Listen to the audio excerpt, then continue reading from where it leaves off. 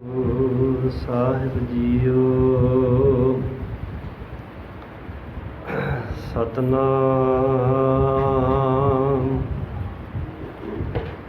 ਸ੍ਰੀ ਵਾਹਿਗੁਰੂ ਸਾਹਿਬ JIO.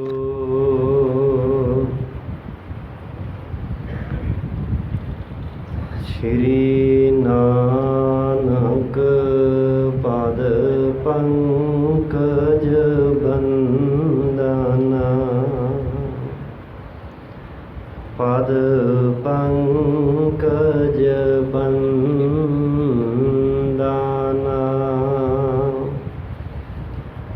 ਸਿਮਰੋ Angad ਦੁਖ ਨਿਕੰਦਨਾ।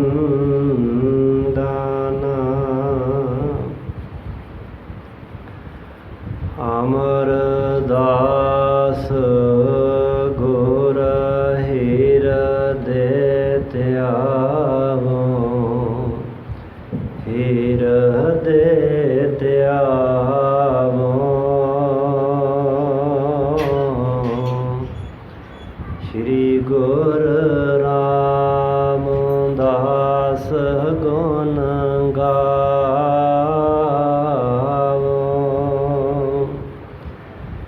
ਸ਼੍ਰੀ ਅਰਜਨ ਬਿਘਨ ਕੇ ਨਾਸ਼ਕ, ਬਿਘਨ ਕੇ ਨਾਸ਼ਕ।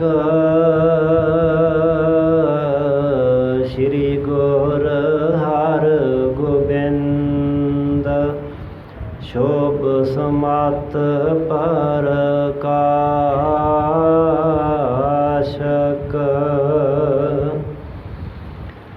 ਸ਼੍ਰੀ ਹਰਿ ਰਾਇ ਨਾਮੋ ਕਰ ਜੋਰੀ, ਨਾਮੋ ਕਰ ਜੋਰੀ।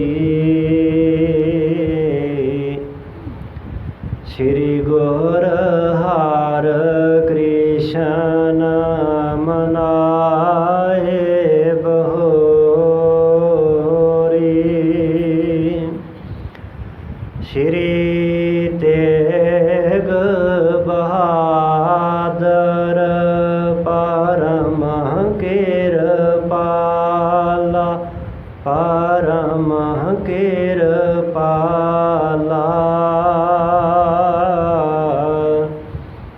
ਸ਼੍ਰੀ ਗੁਰੂ ਗੋਬਿੰਦ ਸਿੰਘ ਬਿਸਾਲਾ। ਤਾਰੋਂ ਤਾਰਾ ਪਰ ਪੁਨ ਪੁਨ ਸੀਸਾ, ਪੁਨ ਪੁਨ ਸੀਸਾ, ਪੁਨ ਪੁਨ ਸੀਸਾ। ਬੰਦੋਂ ਬਾਰ ਬਾਰ ਜਗਦੀਸ਼ਾ,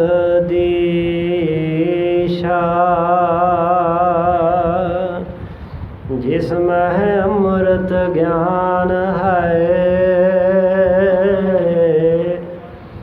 ਮਾਨਕ ਭਗਤ ਵੈਰਾਗ, ਸ਼੍ਰੀ ਗੁਰੂ ਗ੍ਰੰਥ ਸਾਹਿਬ ਉਦਦ। ਬੰਦੋਂ ਕਰ ਅਨੁਰਾਗ, ਸ਼੍ਰੀ ਗੁਰ ਸ਼ਬਦ ਕਮਾਏ ਜਿਨ। ਜੀਤੇ ਪੰਚ ਵਿਕਾਰ,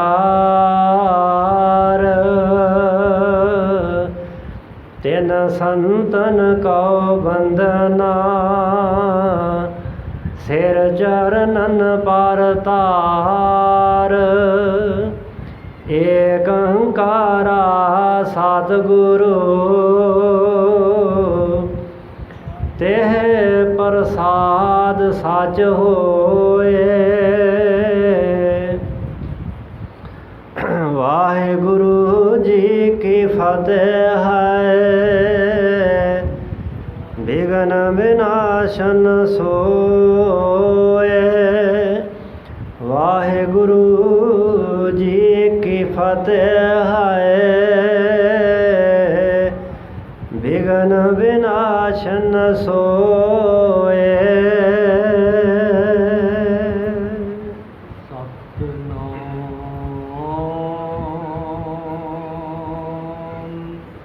श्री वाहिगुरु जी। चरण परे हम राख सारे, शिवो गुरु तुम महज उदारे। सुन सत गुर तिन दिश बिक बिक से, वाक सुधा सस मुख ते निकसे। सब जग मिथ्या रूप निहर है, शरण परे हम राहक सारे। वाहिगुरु जी का खालसा, वाहिगुरु जी की फतेह। जुगो जुग अटल शब्द गुरु, चवर तख्त छत्र दे मालक, दसां पातशाहियां दी जोत, समरथ प्रतख हाजर नाजर सतगुरु। धन धन आदि श्री गुरु ग्रंथ साहिब जी महाराज। ऐसे दीन दयाल पर उपकारी सतगुरु पातशाह जी दी अपरे अपार किरपा रहमत बख्शत दा सदका, दशमेश पिता जी कलगीधर जी पंथ दे वाली, अमृत दे दाते सतगुरु साहिबे कमाल धन धन धन श्री गुरु गोबिंद सिंह साहिब जी महाराज जी दे महान पावन पवित्र इतिहासक मुकद्दस मुबारक अस्थान तख्त श्री केसगढ़ साहिब जी विखे हाजरियां भर रहे गुरु सवारे गुरु पातशाह जी की साजी नवाजी साध संगत जीओ। वड्डियां भागां वाले हाँ गुरु पातशाह जी दे बख्शे उदम करके प्रेरणा करके पावन अस्थान दी गुर संगत दी हाजरी भरदियां लाहा प्राप्त करन दा सुभाग समा प्राप्त होया है। सतगुरु पातशाह जी दे पावन अस्थान ते लड़ीवार गुर इतिहास दी सतगुरु पातशाह दे जीवन कौतुकां दी जीवन बिरतांत दी विचार चल रही है। दीन दुनी दे मालक सतगुरु धन धन धन गुरु अंगद दे पातशाह महाराज जी जो पावन धरती श्री खडूर साहिब तो खैरे लोकां दे कहे होए अनुसार अपना घर छड्ड करके गुरसिखां नूं नाल लै करके खान रजादे वाले थे ते जा पहुँचे, जिथों सतगुरु सच्चे पातशाह महाराज जी दे जाण दा पता जदों सहब बाबा अमरदास साहिब जी नूं लगा कि साहिब जी इस नगर तो चले गए ने ते इस गल विच रोल बहुत सारा शिवनाथ तपेदा है। उसे दे कहण ते ही सतगुरु पातशाह महाराज जी खडूर साहिब नगर नूं छड्ड करके ते खान रजादे ते थे ते गए ਹਨ। ਤਾਂ ਧੰਨ ਗੁਰੂ ਅਮਰਦਾਸ ਸਾਹਿਬ ਪਾਤਸ਼ਾਹ ਮਹਾਰਾਜ ਜੀ ਗੁਰਸਿੱਖ ਦੇ ਸੇਵਕ ਦੇ ਰੂਪ ਦੇ ਵਿੱਚ ਜਿਨ੍ਹਾਂ ਨੇ ਬੜੀ ਭਾਰੀ ਘਾਲਣਾ ਘਾਲੀ, ਜਿਸ ਦੀ ਬਦੌਲਤ ਉਹਨਾਂ ਨੂੰ ਸਤਿਗੁਰੂ ਪਾਤਸ਼ਾਹ ਜੀ ਦੀ ਮਹਾਨ ਬਖਸ਼ਿਸ਼ ਬਚਨ ਸਿੱਧੀ ਔਰ ਹੋਰ ਸਾਰੀਆਂ ਰਿੱਧੀਆਂ ਸਿੱਧੀਆਂ ਆਤਮਿਕ ਗਿਆਨ ਸਭ ਕੁਛ ਹਾਸਲ ਹੋਇਆ। ਆਪ ਉਹਨਾਂ ਜ਼ਿਮੀਂਦਾਰਾਂ ਕੋਲ ਗਏ, ਕਹਿਣ ਲੱਗੇ ਭਾਈ ਗੁਰੂ ਪਾਤਸ਼ਾਹ ਮਹਾਰਾਜ ਜੀ ਨੂੰ ਤਾਂ ਤੁਸਾਂ ਤਪੇ ਦੇ ਆਖੇ ਲਾ ਕਰਕੇ ਪਿੰਡੋਂ ਕੱਢ ਦਿੱਤਾ ਹੈ। ਬਰਸਾਤ ਪਈ ਹੈ ਕਿ ਨਹੀਂ, ਸਾਹਿਬ ਜੀ ਜਾਣਦੇ ਸਨ ਕਿ ਬਰਸਾਤ ਦੀ ਤਾਂ ਕੋਈ ਕਣੀ ਨਹੀਂ ਡਿੱਗੀ। ਉਹਨਾਂ ਲਾਚਾਰ ਅਤੇ ਬੇਬਸ ਹੋ ਕੇ ਬੇਨਤੀ ਕੀਤੀ ਕਿ ਇਸ ਸਮੇਂ ਜਿਹੜਾ ਵੀ ਬਰਸਾਤ ਪਾ ਦੇਵੇਗਾ ਅਸੀਂ ਉਸ ਦੀ ਹਰ ਕਹੀ ਹੋਈ ਗੱਲ ਮੰਨਾਂਗੇ। ਤਾਂ ਧੰਨ ਬਾਬਾ ਅਮਰਦਾਸ ਸਾਹਿਬ ਮਹਾਰਾਜ ਜੀ ਨੇ ਉਹਨੂੰ ਕਿਹਾ ਕਿ ਜਾਓ ਜਾ ਕੇ ਤਪੇ ਨੂੰ ਆਖੋ ਬਾਹਰ ਆਵੇ, ਬਰਸਾਤ ਹੋਵੇਗੀ। ਜਿੱਥੇ ਜਿੱਥੇ ਉਹਦੇ ਕਦਮ ਪੈਰ ਤੁਹਾਡੇ ਖੇਤਾਂ 'ਚ ਪੈਣਗੇ। ਜੇਕਰ ਤੁਸੀਂ ਪਰਤਾਵਾ ਲੈਣਾ ਚਾਹੁੰਦੇ ਹੋ ਤਾਂ ਵੇਖਿਓ ਕਿ ਜਦੋਂ ਉਹ ਆਪਣੇ ਡੇਰੇ ਤੋਂ ਬਾਹਰ ਆ ਜਾਏਗਾ ਉਸੇ ਸਮੇਂ ਹੀ ਬੱਦਲ ਹੋ ਜਾਣਗੇ। ਐਸਾ ਹੀ ਹੋਇਆ। ਜੰਮ ਕਰਕੇ ਬਰਸਾਤ ਹੋਈ, ਬਹੁਤ ਭਾਰੀ ਮੋਲੇ ਧਾਰ ਵਰਖਾ ਹੋਈ।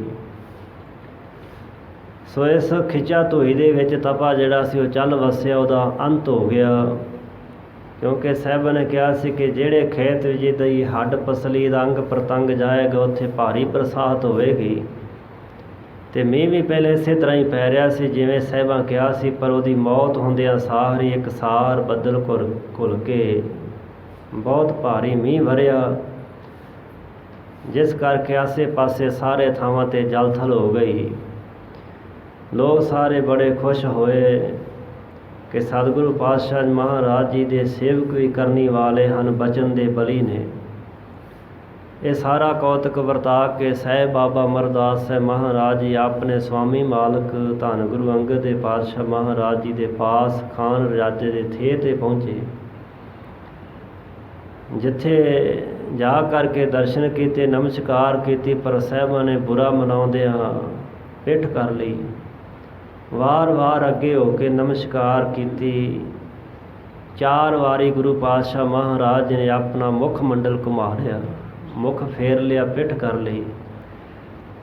ਫਿਰ ਜਦੋਂ ਘਿਆ ਕੇ ਬੇਨਤੀਆਂ ਕੀਤੀਆਂ, ਮਹਾਰਾਜ ਕਿਰਪਾ ਕਰਕੇ ਬਖਸ਼ੋ ਕਿ ਭੁੱਲ ਹੋਈ ਹੈ, ਤਾਂ ਸਾਹਿਬਾਂ ਕਿਹਾ ਕਿ ਸਾਡੇ ਪਿੱਛੋਂ ਤੋਂ ਕੀ ਕੀਤਾ ਹੈ, ਕਿ ਇਹ ਕੰਮ ਅਸੀਂ ਨਹੀਂ ਸੀ ਕਰ ਸਕਦੇ, ਜੋ ਅਸੀਂ ਨੇ ਕੀਤਾ ਤੁਸਾਂ ਕਿਉਂ ਕੀਤਾ ਹੈ। ਸੋ ਫਿਰ ਤਪੇ ਨੂੰ ਤੁਸੀਂ ਮਰਵਾ ਦਿੱਤਾ, ਆਤਮਕ ਸੱਤਿਆ ਆਪਣੀ ਵਿਖਾਈ, ਕਰਾਮਾਤ ਵਿਖਾਈ, ਇਹ ਠੀਕ ਨਹੀਂ ਕੀਤਾ। ਤੁਹਾਨੂੰ ਬੜਾ ਉਚੇਰਾ ਲੈ ਕਰਕੇ ਜਾਣਾ ਹੈ, ਬੜੀ ਵੱਡੀ ਜ਼ਿੰਮੇਵਾਰੀ ਤੁਸੀਂ ਪ੍ਰਾਪਤ ਕਰਨੀ ਹੈ, ਅਤੇ ਇਸ ਤਰ੍ਹਾਂ ਛੋਟੀਆਂ ਛੋਟੀਆਂ ਗੱਲਾਂ 'ਤੇ ਨਾਰਾਜ਼ ਹੋ ਕੇ, ਕ੍ਰੋਧ ਵਿੱਚ ਆ ਕੇ ਆਤਮ ਸੱਤਿਆ ਵਰਤਣੀ ਠੀਕ ਨਹੀਂ ਹੈ। ਵਾਹਿਗੁਰੂ ਜੀ ਦੇ ਪਿਆਰਿਆਂ ਨੂੰ ਐਸਾ ਨਹੀਂ ਕਰਨਾ ਚਾਹੀਦਾ। ਤਾਂ ਸਾਹਿਬ ਸ਼੍ਰੀ ਬਾਬਾ ਅਮਰਦਾਸ ਸਾਹਿਬ ਮਹਾਰਾਜ ਜੀ ਨੇ ਫਿਰ ਭੁੱਲ ਮੰਗੀ, ਮਹਾਰਾਜ ਗਲਤੀ ਹੋਈ, ਅੱਗੇ ਤੋਂ ਕਦੇ ਕੋਈ ਐਸਾ ਨਹੀਂ ਹੋਵੇਗਾ ਜੋ ਆਪ ਜੀ ਦੇ ਹੁਕਮ ਰਜਾ ਦੇ ਵਿਰੁੱਧ ਹੋਵੇ। ਸਤਿਗੁਰੂ ਪਾਤਸ਼ਾਹ ਮਹਾਰਾਜ ਜੀ ਨੇ ਬਖਸ਼ਿਆ। ਔਰ ਦੂਸਰੇ ਪਾਸੇ ਉਹ ਖੈਰੇ ਲੋਕ ਵੀ ਸਵੇਰ ਹੁੰਦਿਆਂ ਸਾਰੇ ਸਾਹਿਬਾਂ ਦੇ ਪਾਸ ਜਾ ਪਹੁੰਚੇ, ਅਤੇ ਉਹ ਵੀ ਭੁੱਲ ਮੰਗਣ ਲੱਗੇ, ਬੇਨਤੀਆਂ ਕਰਨ ਲੱਗੇ, ਮਹਾਰਾਜ ਕਿਰਪਾ ਕਰੋ, ਤੁਹਾਡੀ ਸ਼ਰਨ ਆਏ ਹਾਂ, ਅਸੀਂ ਜੋ ਕੁਛ ਕਰ ਬੈਠੇ ਹਾਂ ਉਹ ਤਪੇ ਦੇ ਆਖੇ ਲੱਗ ਕਰਕੇ ਕੀਤਾ ਹੈ, ਸਾਨੂੰ ਬਖਸ਼ ਲਓ। ਉਹ ਤਪਾ ਬੜਾ ਵੱਡਾ ਆਪ ਜੀ ਦਾ ਨਿੰਦਕ ਸੀ, ਦਰੋਹੀ, ਪਾਪੀ ਸੀ, ਧਨ ਦਾ ਲੋਭੀ ਸੀ, ਝੂਠ ਬੋਲਦਾ ਸੀ, ਕਲੇਸ਼ ਪੈਦਾ ਕਰਦਾ ਸੀ। ਚੰਗਾ ਹੀ ਹੋਇਆ ਮਰ ਗਿਆ ਹੈ। ਉਹ ਖੋਟੀ ਮੱਤ ਵਾਲਾ ਸੀ। ਤਤਕਾਲ ਫਲ ਇਹੋ ਤੇਤਕ, ਉਹਨੇ ਛੇਤੀ ਨਾਲ ਉਹ ਫਲ ਪਾ ਲਿਆ ਹੈ। ਸੋ ਜਿਵੇਂ ਉਹ ਬੇਨਤੀਆਂ ਕਰ ਰਹੇ ਨੇ, ਅਤੇ ਸਤਿਗੁਰੂ ਪਾਤਸ਼ਾਹ ਮਹਾਰਾਜ ਜੀ ਵਾਪਸ ਸ੍ਰੀ ਖਡੂਰ ਸਾਹਿਬ ਦੀ ਪਾਵਨ ਧਰਤੀ 'ਤੇ ਆ ਕੇ ਪਹੁੰਚੇ। ਉਹ ਗੁਰੂ ਕਾ ਇਤਿਹਾਸ ਭਾਈ ਸਾਹਿਬ ਜੀ ਜਿਵੇਂ ਸੁਣਾ ਰਹੇ ਨੇ, ਸਰਵਣ ਕਰੀਏ ਜੀ। ਸ਼ਰਨ ਪਰੇ ਹਮਰਾ ਹਕ ਸਾਰੀ, ਛਿਮੋ ਗੁਰੂ ਤੁਮ ਮਹਿਦ ਉਦਾਰੀ। ਉਹ ਬੇਨਤੀ ਕਰਨ ਲੱਗੇ, ਮਹਾਰਾਜ ਅਸੀਂ ਜਿੰਨੇ ਰਾਖ ਕਿਰਸਾਨ ਜ਼ਿਮੀਂਦਾਰ ਹਾਂ, ਆਪ ਜੀ ਦੀ ਸ਼ਰਨ ਪਏ ਹਾਂ, ਆਪ ਜੀ ਦਾ ਆਸਰਾ ਤੱਕਿਆ ਹੈ। ਸ਼ਿਮੋ ਗੁਰੂ, ਸਤਿਗੁਰੂ ਜੀ ਸਾਨੂੰ ਸ਼ਿਮਾ ਕਰ ਦਿਓ, ਮੁਆਫ ਕਰ ਦੇਵੋ। ਤੁਮ ਮਹਿਦ ਉਦਾਰੇ, ਤੁਸੀਂ ਬੜੇ ਵੱਡੇ ਭਾਰੀ ਉਦਾਰ ਹੋ, ਸਖੀ ਹੋ, ਦਾਤੇ ਹੋ, ਔਗਣ ਨੂੰ ਨਾ ਚਿਤਾਰਨ ਵਾਲੇ ਹੋ। ਸੁਨ ਸਤਿਗੁਰ ਤਿਨ ਦਿਸ਼ ਭਿਖ ਬਿਕਸੀ, ਬਾਕ ਸੁਦਾ ਸਸ ਮੁਕਤੀ ਨਿਕਸੀ। ਧੰਨ ਗੁਰੂ ਅੰਗਦ ਦੇ ਸੱਚੇ ਪਾਤਸ਼ਾਹ ਮਹਾਰਾਜ ਜੀ ਇਹਨਾਂ ਵੱਲ ਵੇਖ ਕਰਕੇ ਮੁਸਕਰਾ ਪਏ, ਹੱਸ ਪਏ ਕਿ ਕਿਸੇ ਸਮੇਂ ਵੈਰੀ ਬਣ ਕੇ ਆਏ ਸਾਂ ਅਤੇ ਅੱਜ ਇਹੀ ਬੇਨਤੀਆਂ ਕਰ ਰਹੇ ਨੇ। ਅਕਾਲ ਪੁਰਖ ਦੀ ਖੇਡ ਦੀ ਇਹ ਅਚਰਜ ਗਤੀ ਹੈ ਕਿ ਉਹ ਲੋਕ ਕਹਿ ਰਹੇ ਸਨ ਪਹਿਲਾਂ ਤੁਸੀਂ ਪਿੰਡ ਛੱਡ ਕੇ ਚਲੇ ਜਾਓ, ਹੁਣ ਕਹਿ ਰਹੇ ਜੀ ਚਲੋ ਵਾਪਸ ਚੱਲੋ। ਸਤਿਗੁਰੂ ਸੱਚੇ ਪਾਤਸ਼ਾਹ ਮਹਾਰਾਜ ਕਰਤੇ ਦੀਆਂ ਬਾਤਾਂ, ਕਰਤੇ ਦੀਆਂ ਖੇਡਾਂ ਵੇਖ ਕੇ ਮੁਸਕਰਾ ਪਏ। ਹੁਣ ਉਹ ਕੀ ਜਾਣਨ।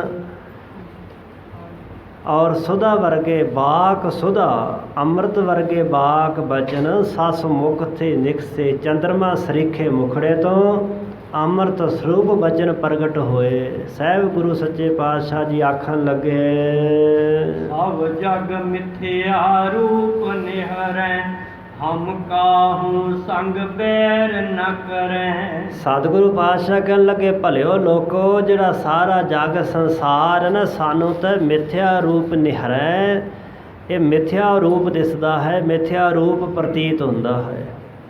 ਹੁਣ ਮਿਥਿਆ ਉਹ ਸ਼ੈ ਹੁੰਦੀ ਹੈ ਜਿਹੜੀ ਸਾਨੂੰ ਸੱਚ ਜਾਪਦੀ ਹੈ। ਸਾਨੂੰ ਸ਼ੰਕਾ ਨਹੀਂ ਪੈਦਾ ਹੁੰਦਾ। ਘਰ ਵਿੱਚ ਧੀ ਪੁੱਤਰ ਹੋਵੇ, ਧਨ ਸੰਪਤੀ ਗੱਡੀ ਖਲੋਤੀ ਹੋਵੇ, ਤੇ ਕੌਣ ਕਹਿੰਦਾ ਕਿ ਮਿਥਿਆ ਹੈ, ਸਵਾਰੀ ਕਰਕੇ ਜਾਈਦੀ ਹੈ। ਪਰ ਆਤਮ ਗਿਆਨੀ ਨੂੰ, ਮਹਾਂਪੁਰਖ ਨੂੰ ਮਿਥਿਆ ਪ੍ਰਤੀਤ ਹੁੰਦੀ। ਮਿਥਿਆ ਤੋਂ ਭਾਵ ਹੁੰਦਾ ਜਿਹੜੀ ਅੱਜ ਸੱਚ ਜਾਪਦੀ ਹੈ, ਸੱਚ ਦਿਸਦੀ ਹੈ, ਛੂਹਣ ਵਿੱਚ ਆਉਂਦੀ ਹੈ, ਵੇਖਣ ਵਿੱਚ ਆਉਂਦੀ ਹੈ, ਕੰਮ ਕਰਦੀ ਹੈ, ਪਰ ਉਹ ਸਦੀਵੀ ਨਹੀਂ ਹੈ। ਉਸ ਚੀਜ਼ ਦਾ ਨਾਮ ਹੁੰਦਾ ਮਿਥਿਆ। ਜਿਹੜੀ ਵੇਖਣ ਵਿੱਚ ਵੀ ਆਉਂਦੀ ਹੈ, ਪਕੜ ਵਿੱਚ ਵੀ ਆਉਂਦੀ ਹੈ, ਵੇਖਣ ਨੂੰ ਸੱਚ ਵੀ ਜਾਪਦੀ ਹੈ ਪਰ ਹੈ ਝੂਠੀ, ਉਸ ਦਾ ਨਾਮ ਹੁੰਦਾ ਮਿਥਿਆ। ਸੋ ਇਸੇ ਤਰ੍ਹਾਂ ਹੀ ਇੱਕ ਸ਼ਬਦ ਆਉਂਦਾ ਹੈ ਅਸਤ। ਅਸਤ ਭਾਵ ਹੁੰਦਾ ਬਿਲਕੁਲ ਝੂਠ, ਜਿਹੜੀ ਸ਼ੈ ਹੈ ਹੀ ਨਹੀਂ, ਪਰ ਮਿਥਿਆ ਜਿਹੜੀ ਉਹ ਹੈ। ਦਿਸਦਾ ਸੰਸਾਰ ਦਿਸਦਾ ਹੈ, ਸੰਸਾਰ ਅਸਤ ਨਹੀਂ ਹੈ। ਹੁਣ ਸ਼ਾਇਦ ਇੱਕ ਸਿਰ ਦੇ ਉੱਪਰ ਜਿਹੜੇ ਸਿੰਘ ਨੇ ਉਹ ਅਸਤ ਨੇ, ਕਿਉਂਕਿ ਹੈ ਹੀ ਨਹੀਂ। ਕੋਈ ਆਖੇ ਲੱਖ ਉਦਾਹਰਨਾਂ ਨਵੇਂ ਜੀ ਸਿੰਘ ਹੁੰਦੇ, ਜਦੋਂ ਹੁੰਦੇ ਹੀ ਨਹੀਂ ਉਹ ਅਸਤ ਹੈ। ਪਰ ਸੰਸਾਰ ਅਸਤ ਨਹੀਂ ਹੈ। ਤਾਈਏ ਸਾਹਿਬਾਂ ਕਿਹਾ ਕਿ ਉਹ ਜਗ ਸੱਚੇ ਕੀ ਹੈ ਕੋਠੜੀ, ਸੱਚੇ ਕਾ ਵਿੱਚ ਵਾਸ। ਉਸ ਸੱਚੇ ਨੇ ਬਣਾਇਆ, ਉਹਦਾ ਵਾਸਾ ਹੈ, ਇਸ ਵਾਸਤੇ ਅਸਤ ਨਹੀਂ ਹੈ, ਮਿਥਿਆ ਜ਼ਰੂਰ ਹੈ।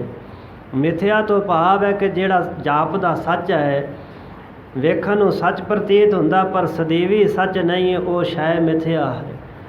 ਸਤਿਗੁਰੂ ਅੰਗਦ ਦੇ ਪਾਤਸ਼ਾਹ ਕਹਿਣ ਲੱਗੇ, ਭਾਈ ਅਸੀਂ ਇਸ ਸਾਰੇ ਸੰਸਾਰ ਜਗਤ ਨੂੰ ਮਿਥਿਆ ਰੂਪ ਵੇਖਦੇ ਹਾਂ। ਨਿਹਰੇ ਦਾ ਅਰਥ ਹੈ ਵੇਖਣਾ, ਵੇਖਦੇ ਹਾਂ, ਤੱਕਦੇ ਹਾਂ।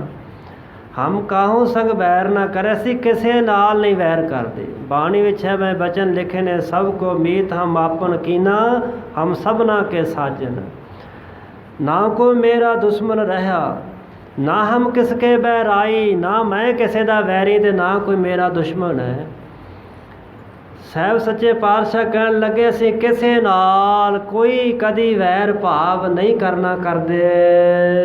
ਮਿਥਿਆ ਮਾਨ ਅਪਰ ਅਪਮਾਨ, ਹਰਖ ਸ਼ੋਕ ਹਮ ਨਾਹਿ ਨਠਾਨ। ਤੇ ਤੁਸੀਂ ਕੁਛ ਦਿਨ ਪਹਿਲਾਂ ਸਾਡਾ ਅਪਮਾਨ ਕੀਤਾ ਸੀ, ਤੇ ਅਪਮਾਨ ਵੀ ਮਿਥਿਆ ਸੀ, ਤੇ ਹੁਣ ਆਦਰ ਕਰ ਰਹੇ ਹੋ। ਨਹੀਂ ਕਿ ਆਦਰ ਸੱਚ ਹੈ, ਆਦਰ ਵੀ ਮਿਥਿਆ ਹੈ। ਨਾਲ ਸਾਹਿਬ ਕਹਿਣ ਲੱਗੇ, ਹਰਖ ਸ਼ੋਕ ਹਮ ਨਾਹਿ ਨਠਾਨ। ਇਹ ਨਹੀਂ ਕਿ ਤੁਸੀਂ ਆਦਰ ਕੀਤਾ ਤੇ ਖੁਸ਼ ਹੋ ਗਏ, ਤੇ ਨਿਰਾਦਰ ਕੀਤਾ ਤੇ ਸਾਡੇ ਮਨ 'ਚ ਸ਼ੋਕ ਤੇ ਗਮ ਆਇਆ। ਨਹੀਂ, ਸਾਨੂੰ ਕਿਸੇ ਤਰ੍ਹਾਂ ਦਾ ਹਰਖ ਸ਼ੋਕ ਨਹੀਂ ਹੈ। ਹਮ ਨਾਹਿ ਨਠਾਨ, ਅਸੀਂ ਖੁਸ਼ੀ ਗਮੀ ਨਹੀਂ ਕਰਦੇ, ਖੁਸ਼ੀ ਗਮੀ ਦੇ ਵਹਿਣ ਵਿੱਚ ਨਹੀਂ ਵਹਿੰਦੇ। ਮਿਥਿਆ ਸਮਝਦੇ ਹਾਂ ਮਾਨ ਸਤਿਕਾਰ ਨੂੰ, ਤੇ ਅਪਮਾਨ ਜਿਹੜਾ ਹੋਰ ਅਪਮਾਨ ਹੈ। ਇਸੇ ਤਰ੍ਹਾਂ ਸ਼੍ਰੀ ਰਾਮ ਚੰਦਰ ਜੀ ਨੇ ਜਦੋਂ ਸਿੱਖਿਆ ਗ੍ਰਹਿਣ ਕਰਨੀ ਸ਼ੁਰੂ ਕੀਤੀ ਸੀ, ਵਸ਼ਿਸ਼ਟ ਮੁਨੀ ਜੀ ਦੇ ਕੋਲੋਂ ਪੜ੍ਹਾ ਰਹੇ ਸਨ ਕਿ ਫਲਾਨੀ ਸ਼ੈ, ਫਲਾਨੀ ਚੀਜ਼ ਮਾਇਆ ਜਿਹੜੀ ਅੰਦਰ ਵਚਨੀ ਹੈ, ਨਾ ਸੱਤ ਹੈ ਨਾ ਅਸਤ ਹੈ, ਮਿਥਿਆ ਹੈ। ਇਹਦਾ ਸੁਭਾਅ ਹੀ ਐਸਾ ਹੈ, ਫਿਰ ਸੰਸਾਰ ਦੀ ਹਰ ਵਸਤੂ ਮਿਥਿਆ ਹੈ।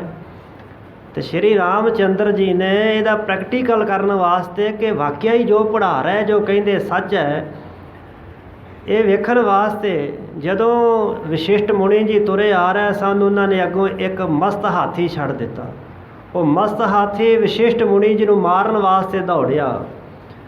ਵਸ਼ਿਸ਼ਟ ਮੁਨੀ ਜੀ ਅੱਗੇ ਅੱਗੇ ਭੱਜ ਉੱਠੇ ਜਾਨ ਬਚਾਉਣ ਵਾਸਤੇ, ਕਿਉਂਕਿ ਬਚਾਉਣੇ ਸੀ। ਤੇ ਹੱਥ 'ਤੇ ਹੱਥ ਮਾਰ ਕੇ ਸ਼੍ਰੀ ਰਾਮ ਚੰਦਰ ਹੱਸ ਪੈ, ਕਹਿਣ ਲੱਗੇ, ਗੁਰੂ ਜੀ ਹਾਥੀ ਤਾਂ ਮਿਥਿਆ ਹੈ, ਤੁਸੀਂ ਕਿਉਂ ਭੱਜ ਰਹੇ ਹੋ? ਤੁਸੀਂ ਆਪ ਹੀ ਪੜ੍ਹਾਉਂਦੇ ਸੀ ਕਿ ਹੈ ਹੀ ਮਿਥਿਆ ਹੈ।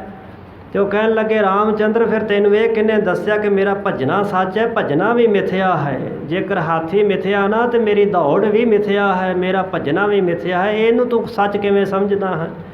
ਮੇਰੀ ਜਾਨ ਬਚਾਉਣੀ ਵੀ ਮਿਥਿਆ, ਸਭ ਕੁਛ ਹੈ ਹੀ ਮਿਥਿਆ ਹੈ। ਮਿਥਿਆ ਤੋਂ ਭਾਵ ਕਿ ਜਿਹੜੀ ਮਿਥੀ ਹੋਈ ਗੱਲ ਹੈ, ਮਿੱਥ ਹੈ। ਮਿਥਿਆ ਮਾਨ ਅਪਰ ਅਪਮਾਨ, ਤੇ ਸੁਖਮਨੀ ਸਾਹਿਬ ਜੀ ਦੇ ਵਿੱਚ ਇੱਕ ਪੂਰੀ ਅਸ਼ਟਪਦੀ ਸਾਹਿਬਨ ਲਿਖੀ ਹੈ। ਮਿਥਿਆ ਤਨ ਨਹੀਂ ਪਰਉਪਕਾਰਾ, ਮਿਥਿਆ ਬਾਸ ਲੇਤ ਬੇਕਾਰਾ, ਬਿਨ ਬੁੱਝੇ ਮਿਥਿਆ ਸਭ ਭੈ ਸਫਲ ਦੇ, ਨਾਨਕ ਹਰ ਹਰ ਨਾਮ ਲੈ। ਇਹ ਤਨ ਵੀ ਮਿਥਿਆ ਜੇਕਰ ਇਸ ਤਨ ਨਾਲ ਪਰਉਪਕਾਰ ਨਾ ਕੀਤਾ ਜਾਵੇ। ਸੋ ਸਾਹਿਬ ਸਮਝਾਉਣ ਲੱਗੇ, ਭਾਈ ਕੋਈ ਸਤਿਕਾਰ ਦੇ ਜਾਵੇ, ਕੋਈ ਨਰਾਦਰੀ ਕਰ ਦੇਵੇ, ਪਦਾਰਥ ਆ ਜਾਣ ਤੇ ਖੁਸ਼ੀ ਮਨ ਵਿੱਚ ਆ ਜਾਣੀ, ਪਦਾਰਥ ਚਲੇ ਜਾਣ ਤੇ ਮਨ 'ਚ ਸ਼ੋਕ ਪੈਦਾ ਹੋ ਜਾਣਾ। ਸਾਡੇ ਮਨ ਵਿੱਚ ਇਸ ਚੀਜ਼ ਦਾ ਕੋਈ ਪ੍ਰਭਾਵ ਨਹੀਂ ਹੈ। ਹਰ ਖਸੋਗ ਤੇ ਰਹੇ ਨਿਆਰੋ, ਨਾ ਹੈ ਮਾਨ ਪਮਾਨਾ। ਸੋ ਉਸ ਅਵਸਥਾ ਦੇ ਅਸੀਂ ਧਾਰਨੀ ਹਾਂ। ਸਾਹਿਬ ਦੱਸਣ ਲੱਗੇ ਕਿ ਜਿੱਥੇ ਖੁਸ਼ੀ ਗਮੀ ਦੁੱਖ ਸੁੱਖ ਮਾਨ ਪਮਾਨ ਆਦਰ ਨਿਰਾਦਰ ਨਹੀਂ ਪਾਉਂਦਾ, ਨਹੀਂ ਪ੍ਰਭਾਵਿਤ ਕਰਦਾ।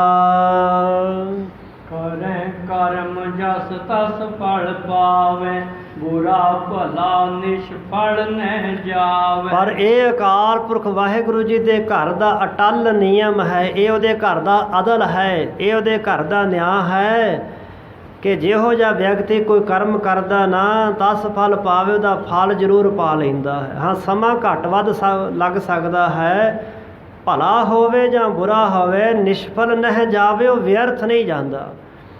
ਕਈ ਵਾਰੀ ਮਹਿੰਗਾ ਬੀਜ ਕਿਸਾਨ ਪੈਰ ਵਿੱਚ ਪਾਉਂਦੇ ਨੇ, ਸਪੈਸ਼ਲ ਲਿਆ ਕੇ ਉਹ ਉੱਗਦਾ ਹੀ ਨਹੀਂ ਜਾਂ ਬਿਮਾਰੀ ਲੱਗ ਜਾਂਦੀ ਹੈ। ਉਹ ਬੀਜ ਨਹੀਂ ਉੱਗਿਆ ਜਿਹੜਾ ਧਰਤੀ 'ਚ ਬੀਜਿਆ ਸੀ। ਪਰ ਕਰਮਾਂ ਦਾ ਬੀਜ ਅਜਿਹਾ ਹੈ, ਜਿਹੋ ਜਿਹਾ ਮਰਜ਼ੀ ਸਮਾਂ ਹੋਵੇ ਉਹ ਉੱਗੀ ਪੈਂਦਾ ਹੈ, ਉਹ ਫਲ ਦੇ ਕਰਕੇ ਹੀ ਰਹਿੰਦਾ ਹੈ।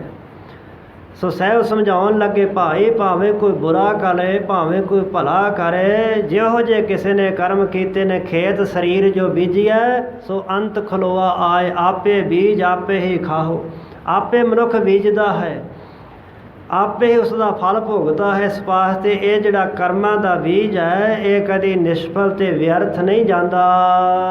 ਮਿਥਿਆ ਮਹਿ ਗਿਆਨੀ ਨਹਿ ਰਚੇ, ਸਾਚ ਸਰੂਪ ਬੀਚ ਨਿਤ ਮਚੇ। ਤੇ ਇਸ ਮਿਥਿਆ ਸੰਸਾਰ ਦੇ ਜਿਹੜਾ ਗਿਆਨੀ ਹੈ ਨਾ, ਆਤਮ ਗਿਆਨੀ, ਉਹ ਨਹੀਂ ਰਚਦਾ। ਇੱਥੇ ਗਿਆਨੀ ਕਥਾ ਕਰਨ ਵਾਲੇ ਨੂੰ ਉਹਨੂੰ ਕਹਿੰਦੇ ਕਿ ਕੋਈ ਪ੍ਰਚਾਰ ਕਰੇ, ਕੋਈ ਸੁਣਾਵੇ ਕੁਛ ਤੇ ਉਹਨੂੰ ਗਿਆਨੀ ਕਹਿੰਦੇ ਨਹੀਂ। ਸੋ ਗਿਆਨੀ ਜੋ ਸਿਮਰੈ ਏਕ।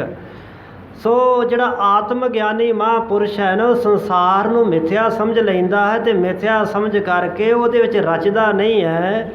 ਸਾਚ ਸਰੂਪ ਬੀਚ ਨਿਤ ਮਚੇ, ਉਹ ਸੱਚ ਸਰੂਪ ਪਰਮਾਤਮਾ ਦੇ ਵਿੱਚ ਹਮੇਸ਼ਾ ਹੀ ਜੁੜਿਆ ਰਹਿੰਦਾ ਹੈ, ਉਸ ਵਿੱਚ ਲੀਨ ਰਹਿੰਦਾ ਹੈ। ਗੁਰਦਾ ਤੁਮ ਮਹਿ ਦੇਖੀ ਭੂਰ, ਹਮ ਤਿਆਗਿਓ ਤਬ ਗ੍ਰਾਮ ਖਡੂਰ। ਤੇ ਸੱਚ ਉਹੀ ਹੁੰਦਾ ਜਿਹੜਾ ਮੂੰਹ ਤੇ ਕਿਹਾ ਜਾਏ। ਹੁਣ ਸਤਿਗੁਰੂ ਅੰਗਦ ਦੇ ਪਾਤਸ਼ਾਹ ਜੀ ਨੂੰ ਕਾਹਦੀ ਕਾਨ ਕਨੌਰ ਸੀ। ਸਾਹਿਬ ਕਹਿਣ ਲੱਗੇ, ਤੁਹਾਡੇ ਮਨਾਂ ਵਿੱਚ ਨਾ ਅਸੀਂ ਬੜੀ ਦੁਬਿਧਾ ਵੇਖੀ ਸੀ, ਚਿੰਤਾ ਵੇਖੀ ਸੀ ਕਿ ਤੁਸੀਂ ਚਿੰਤਤ ਹੋ ਇਸ ਗੱਲੋਂ ਕਿ ਸਾਡੇ ਕਾਰਨ ਨਹੀਂ ਮੀਂਹ ਪੈ ਰਿਹਾ। ਤੁਹਾਨੂੰ ਸਿਖਾਇਆ ਪੜ੍ਹਾਇਆ ਐਸਾ ਗਿਆ ਸੀ, ਤੁਹਾਨੂੰ ਮਾਤੀ ਐਸੀ ਦਿੱਤੀ ਸੀ, ਤੇ ਤੁਹਾਡੇ ਮਨਾਂ ਵਿੱਚ ਅਸੀਂ ਭੂਰ ਦੁਬਿਧਾ ਵੇਖੀ, ਬੜੀ ਭਾਰੀ ਦੁਬਿਧਾ ਦਚੁੱਤੀ ਤੇ ਚਿੰਤਾ ਵੇਖੀ। ਇਸੇ ਵਾਸਤੇ ਅਸੀਂ ਗ੍ਰਾਮ ਖਡੂਰ ਨਗਰ ਨੂੰ ਛੱਡ ਕਰਕੇ ਆ ਗਏ ਹਾਂ। ਤੁਮ ਕੋ ਸੰਕਟ ਕੋਈ ਨਾ ਹੋਏ, ਬਸੋ ਸਦਨ ਮੈਂ ਸਭ ਸੁਖ ਜੋਏ। ਤੇ ਤੁਹਾਨੂੰ ਕੋਈ ਸੰਕਟ ਨਾ ਹੋਵੇ, ਸਾਡੇ ਕਾਰਨ ਕੋਈ ਦੁੱਖ ਨਾ ਹੋਵੇ, ਤੇ ਹੁਣ ਵੀ ਨਾ ਡਰੋ, ਹੁਣ ਵੀ ਤੁਹਾਨੂੰ ਕੋਈ ਸੰਕਟ ਨਹੀਂ ਹੋਣ ਲੱਗਾ। ਜਾਓ ਬਸੋ ਸਦਨ ਮੈਂ ਸਭ ਸੁਖ ਹੋਇਆ, ਆਪਣੇ ਘਰ ਵਿੱਚ ਜਾ ਕਰਕੇ ਸੁੱਖ ਦੇ ਨਾਲ ਵਸੋ, ਸਾਰੇ ਸੁੱਖ ਮਿਲਣਗੇ। ਹਮ ਤੂ ਜਹ ਬੈਠੇ ਹਰ ਖਾਵੇ, ਕਿਤ ਤੇ ਪਾਈ ਨ ਕਿਤੋਂ ਗਵਾਵੇ। ਤੇ ਅਸੀਂ ਤਾਂ ਜਿੱਥੇ ਬੈਠੇ ਉੱਥੇ ਖੁਸ਼ ਹੀ ਖੁਸ਼ ਹਾਂ, ਉੱਥੇ ਹੀ ਪ੍ਰਸੰਨ ਹਾਂ। ਇਸ ਜੰਗਲ ਵਿੱਚ ਵੀ ਮੰਗਲ ਨੇ ਵਾਹਿਗੁਰੂ ਦੀ ਯਾਦ ਵਿੱਚ ਜਿਹੜਾ ਉਹਦਾ ਪਿਆਰਾ ਜਿੱਥੇ ਬੈਠਾ ਹੈ ਉਹੀ ਚੰਗਾ ਹੈ, ਉਹ ਧਰਤੀ ਸੁਹਾਵਣੀ ਹੈ। ਸੋ ਇਸ ਵਾਸਤੇ ਅਸੀਂ ਇੱਥੇ ਬੈਠੇ ਖੁਸ਼ ਹਾਂ, ਕਿਤ ਤੇ ਪਾਏ ਨਾ ਕਿਤੋਂ ਗਵਾਵੇ। ਸਾਹਿਬ ਕਹਿਣ ਲੱਗੇ, ਵਸਤੀ ਉਜਾੜ ਕਿਤੇ ਵੀ ਸਾਡਾ ਹਰਖ ਖੁਸ਼ੀ ਗਮੀ ਵੱਧਦੀ ਘਟਦੀ ਨਹੀਂ ਹੈ ਕਿ ਕਿਤੇ ਕੋਈ ਮਿਲ ਜਾਵੇ, ਕਿਤੇ ਕੁਛ ਚਲਾ ਜਾਵੇ ਤੇ ਉਹਦੇ ਵਿੱਚ ਲੱਗ ਕੇ ਸਾਡਾ ਮਨ ਜਿਹੜਾ ਹੈ ਉਹ ਉਤਰਾਓ ਚੜਾਓ ਦੇ ਵਹਿਣ ਵਿੱਚ ਨਹੀਂ ਰੁੜਦਾ। ਆਨ ਲਾਭ ਹਮਰੇ ਕੇ ਮਨਾਹੀ, ਮੰਗਲ ਹੈ ਇਸ ਜੰਗਲ ਮਾਹੀ। ਸਾਡੇ ਵਾਸਤੇ ਕੋਈ ਹਾਨੀ ਨਹੀਂ, ਕੋਈ ਲਾਭ ਵੀ ਨਹੀਂ ਹੈ। ਜਿੱਥੇ ਬੈਠੇ ਹੈ ਉੱਥੇ ਹੀ ਇੱਕ ਰਸ ਹਾਂ, ਕਿਤੇ ਘਾਟਾ ਨਹੀਂ ਤੇ ਕਿਤੇ ਲਾਭ ਨਹੀਂ। ਇਸ ਜੰਗਲ ਦੇ ਵਿੱਚ ਵੀ ਸਾਡੇ ਵਾਸਤੇ ਮੰਗਲ ਹੈ, ਖੁਸ਼ੀਆਂ, ਆਨੰਦ, ਖੇੜਾ, ਵਿਗਾਸ ਹੈ। ਸੁਨ ਰਾਖ ਗਹਿ ਪਦ ਅਰਬਿੰਦ, ਛਿਮੋ ਛਿਮੋ ਤੁਮ ਰੂਪ ਗੋਬਿੰਦ। ਸੁਣ ਕਰਕੇ ਸਾਹਿਬਾਂ ਦੇ ਇਹ ਆਤਮ ਗਿਆਨ ਵਾਲੇ ਵਚਨ ਜਿਹੜੇ ਸੀ ਉਹਨਾਂ ਕਿਰਸਾਨਾਂ ਨੇ ਜਦੋਂ ਸੁਣੇ ਤੇ ਸਾਹਿਬਾਂ ਦੇ ਚਰਨ ਫੜ ਲਏ। ਧੰਨ ਗੁਰੂ ਅੰਗਦ ਦੇ ਪਾਤਸ਼ਾਹ ਜੀ ਦੇ ਚਰਨ ਫੜ ਕਰਕੇ ਫਿਰ ਬੇਨਤੀਆਂ ਕਰਨ ਲੱਗੇ, ਛਿਮੋ ਛਿਮੋ ਮਹਾਰਾਜ ਸਾਨੂੰ ਛਿਮਾ ਕਰ ਦਿਓ, ਛਿਮਾ ਕਰ ਦਿਓ, ਮੁਆਫ ਕਰੋ। ਤੁਮ ਰੂਪ ਗੋਬਿੰਦ, ਤੁਸੀਂ ਗੋਬਿੰਦ ਅਕਾਲ ਪੁਰਖ ਪਰਮੇਸ਼ਰ ਦਾ ਸਰੂਪ ਹੋ, ਤੁਸੀਂ ਆਪ ਪਾਰ ਬ੍ਰਹਮ ਹੋ, ਸਾਨੂੰ ਮਾਫ ਕਰੋ ਜੀ। ਚਲ ਕੇ ਗ੍ਰਾਮ ਪਰਵੇਸ਼ਨ ਕੀਜੈ, ਤਿਆਗ ਆਨ ਨਿਜ ਥਾਨ ਬਸੀਜੈ। ਤੇ ਚਲੋ ਮਹਾਰਾਜ ਤੁਹਾਡਾ ਆਪਣਾ ਨਗਰ ਹੈ, ਉਸ ਨਗਰ ਵਿੱਚ ਜਾ ਕੇ ਪ੍ਰਵੇਸ਼ ਕਰੋ, ਨਗਰ ਵਿੱਚ ਜਾਣਾ ਕਰੋ ਤੇ ਤਿਆਗ ਆਨ ਹੋਰ ਥਾਂ ਛੱਡ ਕੇ ਨਿਜ ਥਾਨ ਬਸੀਜੇ। ਤੁਹਾਡਾ ਨਿੱਜੀ ਸਥਾਨ ਹੈ ਆਪਣਾ ਖਡੂਰ ਸਾਹਿਬ, ਉਸ ਖਡੂਰ ਸਾਹਿਬ ਨਗਰ ਵਿੱਚ ਜਾ ਕੇ ਵਸਣਾ ਕਰੋ। ਬਿਰਦ ਸੰਭਾਰੋ ਸ਼ੀਲ ਕਿਰਪਾਲ, ਬਖਸ਼ ਦੇਹੋ ਅਪਰਾਧ ਵਿਸ਼ਾਲ। ਮਹਾਰਾਜ ਜੀ ਆਪਣਾ ਕਿਰਪਾਲੂ ਦਿਆਲੂ ਸੁਭਾਅ ਵਾਲਾ ਜਿਹੜਾ ਬਿਰਦ ਹੈ ਨਾ, ਉਹ ਬਿਰਦ ਸੁਭਾਅ ਆਪਣਾ ਧਰਮ ਸੰਭਾਲਣਾ ਕਰੋ, ਯਾਦ ਕਰੋ ਮਹਾਰਾਜ। ਤੇ ਸਾਡਾ ਜਿਹੜਾ ਵਿਸਾਲ ਅਪਰਾਧ ਹੈ ਨਾ, ਵਿਸਾਲ ਕਹਿੰਦੇ ਵੱਡੇ ਨੂੰ, ਮਹਾਨ ਨੂੰ, ਜਿਹੜਾ ਵਿਸਾਲ ਅਪਰਾਧ, ਵੱਡਾ ਅਪਰਾਧ ਅਸੀਂ ਕੀਤਾ ਉਹ ਬਖਸ਼ ਦੇਵੋ, ਸਾਨੂੰ ਕਿਰਪਾ ਕਰਕੇ ਬਖਸ਼ ਦੇਵੋ। ਰਸ ਕਹਿਓ ਪੁਨ ਸਹਿਜ ਸੁਭਾਈ, ਹਮਾਰੀ ਹਠ ਹੋਏ ਨਾ ਕਿਸ ਭਾਈ। ਗੁਰੂ ਪਾਤਸ਼ਾਹ ਮਹਾਰਾਜ ਜੀ ਫਿਰ ਹੱਸ ਪਏ, ਮੁਸਕਰਾ ਕਰਕੇ ਸਹਿਜ ਸੁਭਾਏ ਸਾਹਿਬਾਂ ਨੇ ਬਚਨ ਕੀਤਾ ਕਿ ਭਾਈ ਇਹ ਨਾ ਸੋਚੋ ਕਿ ਅਸੀਂ ਹੱਠ ਕਰਕੇ ਬੈਠੇ ਹਾਂ, ਅਸੀਂ ਹੱਠੇ ਨਹੀਂ ਹਾਂ। ਹਮਰੇ ਹੱਠ ਹੋਏ ਨਾ ਕਿਸ ਭਾਏ, ਸਾਡੇ ਮਨ 'ਚ ਕਿਸੇ ਤਰ੍ਹਾਂ ਦਾ ਕੋਈ ਹੱਠ ਨਹੀਂ, ਕੋਈ ਜਿੱਦ ਨਹੀਂ ਹੈ ਕਿ ਤੁਸੀਂ ਸਾਨੂੰ ਕਿਹਾ ਸੀ ਤੇ ਚਲੇ ਜਾਓ ਤੇ ਹੁਣ ਅਸੀਂ ਵਾਪਸ ਨਹੀਂ ਜਾਣਾ। ਇਹ ਜਿੱਦ ਹੁੰਦੀ ਹੈ, ਪਹਿਲਾਂ ਸਾਨੂੰ ਕਿਉਂ ਘੱਲਿਆ ਸੀ, ਹੁਣ ਅਸੀਂ ਨਹੀਂ ਜਾਣਾ, ਇਹਨੂੰ ਹੱਠ ਆਖਦੇ ਨੇ। ਨਹੀਂ, ਸਾਡੇ ਮਨ ਵਿੱਚ ਹੱਠ ਨਹੀਂ ਹੈ। ਤੁਸੀਂ ਇਹ ਹੱਠ ਨਹੀਂ ਸਮਝਣਾ ਕਿ ਅਸੀਂ ਜਿੱਦ ਕਰਕੇ ਇੱਥੇ ਬੈਠੇ ਹਾਂ। ਬੋਈ ਹਾਂ ਕਿ ਜੈ ਬੋ ਗ੍ਰਾਮ, ਇੱਕ ਸਮ ਬਹਿਰ ਕੇ ਬੈਠਨ ਧਾਮ। ਇਸ ਥਾਂ ਤੇ ਆ ਜਾਣਾ, ਫਿਰ ਇਸੇ ਤਰ੍ਹਾਂ ਹੀ ਉਸ ਨਗਰ ਖਡੂਰ ਸਾਹਿਬ 'ਚ ਚਲੇ ਜਾਣਾ। ਐਬੋ ਇਹਾਂ ਕੇ ਜੈਬੋ ਗ੍ਰਾਮ, ਇਸ ਥਾਂ ਤੇ ਆ ਜਾਣਾ ਜਾਂ ਖਡੂਰ ਸਾਹਿਬ ਨਗਰ ਵਿੱਚ ਚਲੇ ਜਾਣਾ। ਇੱਕ ਸਮ ਵਹਿਰ ਕੇ ਬੈਠਣ ਧਾਮ, ਵਹਿਰ ਹੁੰਦਾ ਬਾਹਰ, ਧਾਮ ਹੁੰਦਾ ਘਰ। ਘਰ ਤੋਂ ਬਾਹਰ ਬੈਠਣਾ ਤੇ ਘਰ ਦੇ ਵਿੱਚ ਬੈਠਣਾ ਸਾਡੇ ਵਾਸਤੇ ਇੱਕ ਸਮ, ਇੱਕੋ ਜਿਹਾ ਬਰਾਬਰ ਹੈ। ਜੀ ਕਰ ਤੁਮ ਪ੍ਰਸੰਨ ਸਮੁਦਾਇ, ਲੀ ਸੰਗ ਚਲੋ ਬਸੈ ਤਿਸ ਥਾਈ। ਤੇ ਭਾਈ ਜੇਕਰ ਤੁਸੀਂ ਖੁਸ਼ ਜੇ ਨਾ, ਤੁਸੀਂ ਮਨੋਂ ਚਾਹੁੰਦੇ ਜੇ ਕਿ ਗੁਰੂ ਸਾਹਿਬ ਨੂੰ ਲੈ ਕੇ ਜਾਣਾ, ਚਲੋ ਫਿਰ ਤੁਸੀਂ ਸਾਨੂੰ ਆਪਣੇ ਨਗਰ ਲੈ ਚੱਲੋ, ਜਾ ਕੇ ਆਪਣੇ ਸਥਾਨ ਤੇ ਆਪਣੇ ਘਰ ਵਸਦੇ ਹਾਂ। ਜਿਤ ਨਿਖੇਦ ਹਮਰੇ ਕਛ ਨਾਹੀ, ਸਮੋ ਬਿਤਾਵੇ ਬੈਠੇ ਜਾਈ। ਫਿਰ ਸਾਡੇ ਮਨ 'ਚ ਕੋਈ ਵਿਦ ਨਖੇਦ ਵੀ ਨਹੀਂ ਹੈ। ਵਿਦ ਹੁੰਦਾ ਹੈ ਵਿਧੀ ਤੇ ਨਖੇਦ ਹੁੰਦਾ ਹੈ ਜੋ ਆਗਿਆ ਅਨੁਸਾਰ ਕੰਮ ਨਾ ਕੀਤਾ ਜਾਵੇ, ਨਿਸ਼ੇਧ ਜਿਹਨੂੰ ਕਹਿ ਦਿੰਦੇ ਹਨ। ਸੋ ਸਾਡੇ ਮਨ ਦੇ ਵਿੱਚ ਕੰਮ ਕਰਨ ਦੀ ਆਗਿਆ ਦਾ ਨਾਮ ਹੈ ਵਿਧੀ ਤੇ ਨਾ ਕਰਨ ਦੀ ਆਗਿਆ ਦਾ ਨਾਮ ਹੁੰਦਾ ਹੈ ਨਖੇਦ। ਸਾਡੇ ਮਨ 'ਚ ਕਿਸੇ ਤਰ੍ਹਾਂ ਦੇ ਕੋਈ ਹਾਂ ਨਾ ਹੈ ਹੀ ਨਹੀਂ ਹੈ ਕਿ ਤੁਸੀਂ ਕਹੋ ਜੀ ਚਲੋ ਤੇ ਅਸੀਂ ਕਹੀਏ ਨਹੀਂ ਜਾਣਾ। ਨਹੀਂ, ਇਹੋ ਜੀ ਕੋਈ ਹੱਠ, ਕੋਈ ਜਿੱਦ ਸਾਡੇ ਮਨ ਵਿੱਚ ਨਹੀਂ ਹੈ। ਸਮੋਂ ਬਿਤਾਵੇਂ ਬੈਠੇ ਜਾਹੀ, ਅਸੀਂ ਤਾਂ ਜਿੱਥੇ ਵੀ ਬੈਠਣਾ ਹੈ ਉੱਥੇ ਹੀ ਮਾਲਕ ਦੀ ਯਾਦ 'ਚ ਸਮਾਂ ਬਤੀਤ ਕਰਾਂਗੇ। ਸਮੋ ਬਿਤਾਵੇ ਬੈਠੇ ਜਾਹੀ, ਸੁਨ ਹਰਖੇ ਨਰ ਉਰ ਸਮੁਦਾਈ, ਕਹਿ ਕਰ ਸਤਿਗੁਰ ਲੀਏ ਉਠਾਈ। ਜਦੋਂ ਉਹਨਾਂ ਲੋਕਾਂ ਨੇ ਸਤਿਗੁਰੂ ਪਾਤਸ਼ਾਹ ਦੇ ਬਚਨ ਸੁਣੇ ਕਿ ਗੁਰੂ ਪਾਤਸ਼ਾਹ ਮਹਾਰਾਜ ਕਿੰਨੇ ਦਿਆਲੂ ਕਿਰਪਾਲੂ ਨੇ, ਹਟੀਏ ਵੀ ਨਹੀਂ ਹਨ, ਉਹਨਾਂ ਦਾ ਸੁਭਾਅ ਵੀ ਜਿੱਦੀ ਨੇ, ਬੜੇ ਸਰਲ ਸੁਭਾਅ ਦੇ ਨੇ। ਕੋਈ ਉਹਨਾਂ ਦੇ ਮਨ ਵਿੱਚ ਕਿਸੇ ਤਰ੍ਹਾਂ ਦਾ ਕੋਈ ਵੈਰ ਭਾਵ ਨਹੀਂ ਹੈ, ਕੋਈ ਉਤਰਾਅ ਚੜ੍ਹਾਅ ਨਹੀਂ। ਉਹ ਸਾਰੇ ਜਿੰਨੇ ਲੋਕ ਆਏ ਸਨ ਬੜੇ ਖੁਸ਼ ਹੋਏ, ਪ੍ਰਸੰਨ ਹੋਏ। ਕਹਿ ਕਰਕੇ ਸਤਿਗੁਰੂ ਪਾਤਸ਼ਾਹ ਨੂੰ ਬੇਨਤੀ ਕਰਕੇ ਸਾਹਿਬਾਂ ਨੂੰ ਉਠਾ ਲਿਆ। ਸਿੱਖਨ ਸਿਰ ਪਰਯੰਕ ਉਚਵਾਈ, ਅਪਰ ਵਸਤ ਕਛ ਲੈ ਗਮਨਾਈ। ਸੋ ਗੁਰੂ ਕੇ ਸਿੱਖਾਂ ਦੇ ਸਿਰ ਦੇ ਉੱਪਰ ਪਲੰਗ ਚੁਕਵਾ ਲਿਆ। ਗੁਰੂ ਕੇ ਸਿੱਖਾਂ ਨੇ ਸਾਹਿਬਾਂ ਦਾ ਪਲੰਗ ਚੁੱਕ ਲਿਆ ਤੇ ਹੋਰ ਜਿਹੜੀਆਂ ਵਸਤੂਆਂ ਸਨ, ਜਿਹੜਾ ਥੋੜ੍ਹਾ ਬਹੁਤਾ ਸਮਾਨ ਨਾਲ ਲੈ ਕੇ ਗਏ ਸਨ, ਉਹ ਵੀ ਸਾਰਾ ਨਾਲ ਲੈ ਲਿਆ ਗਿਆ।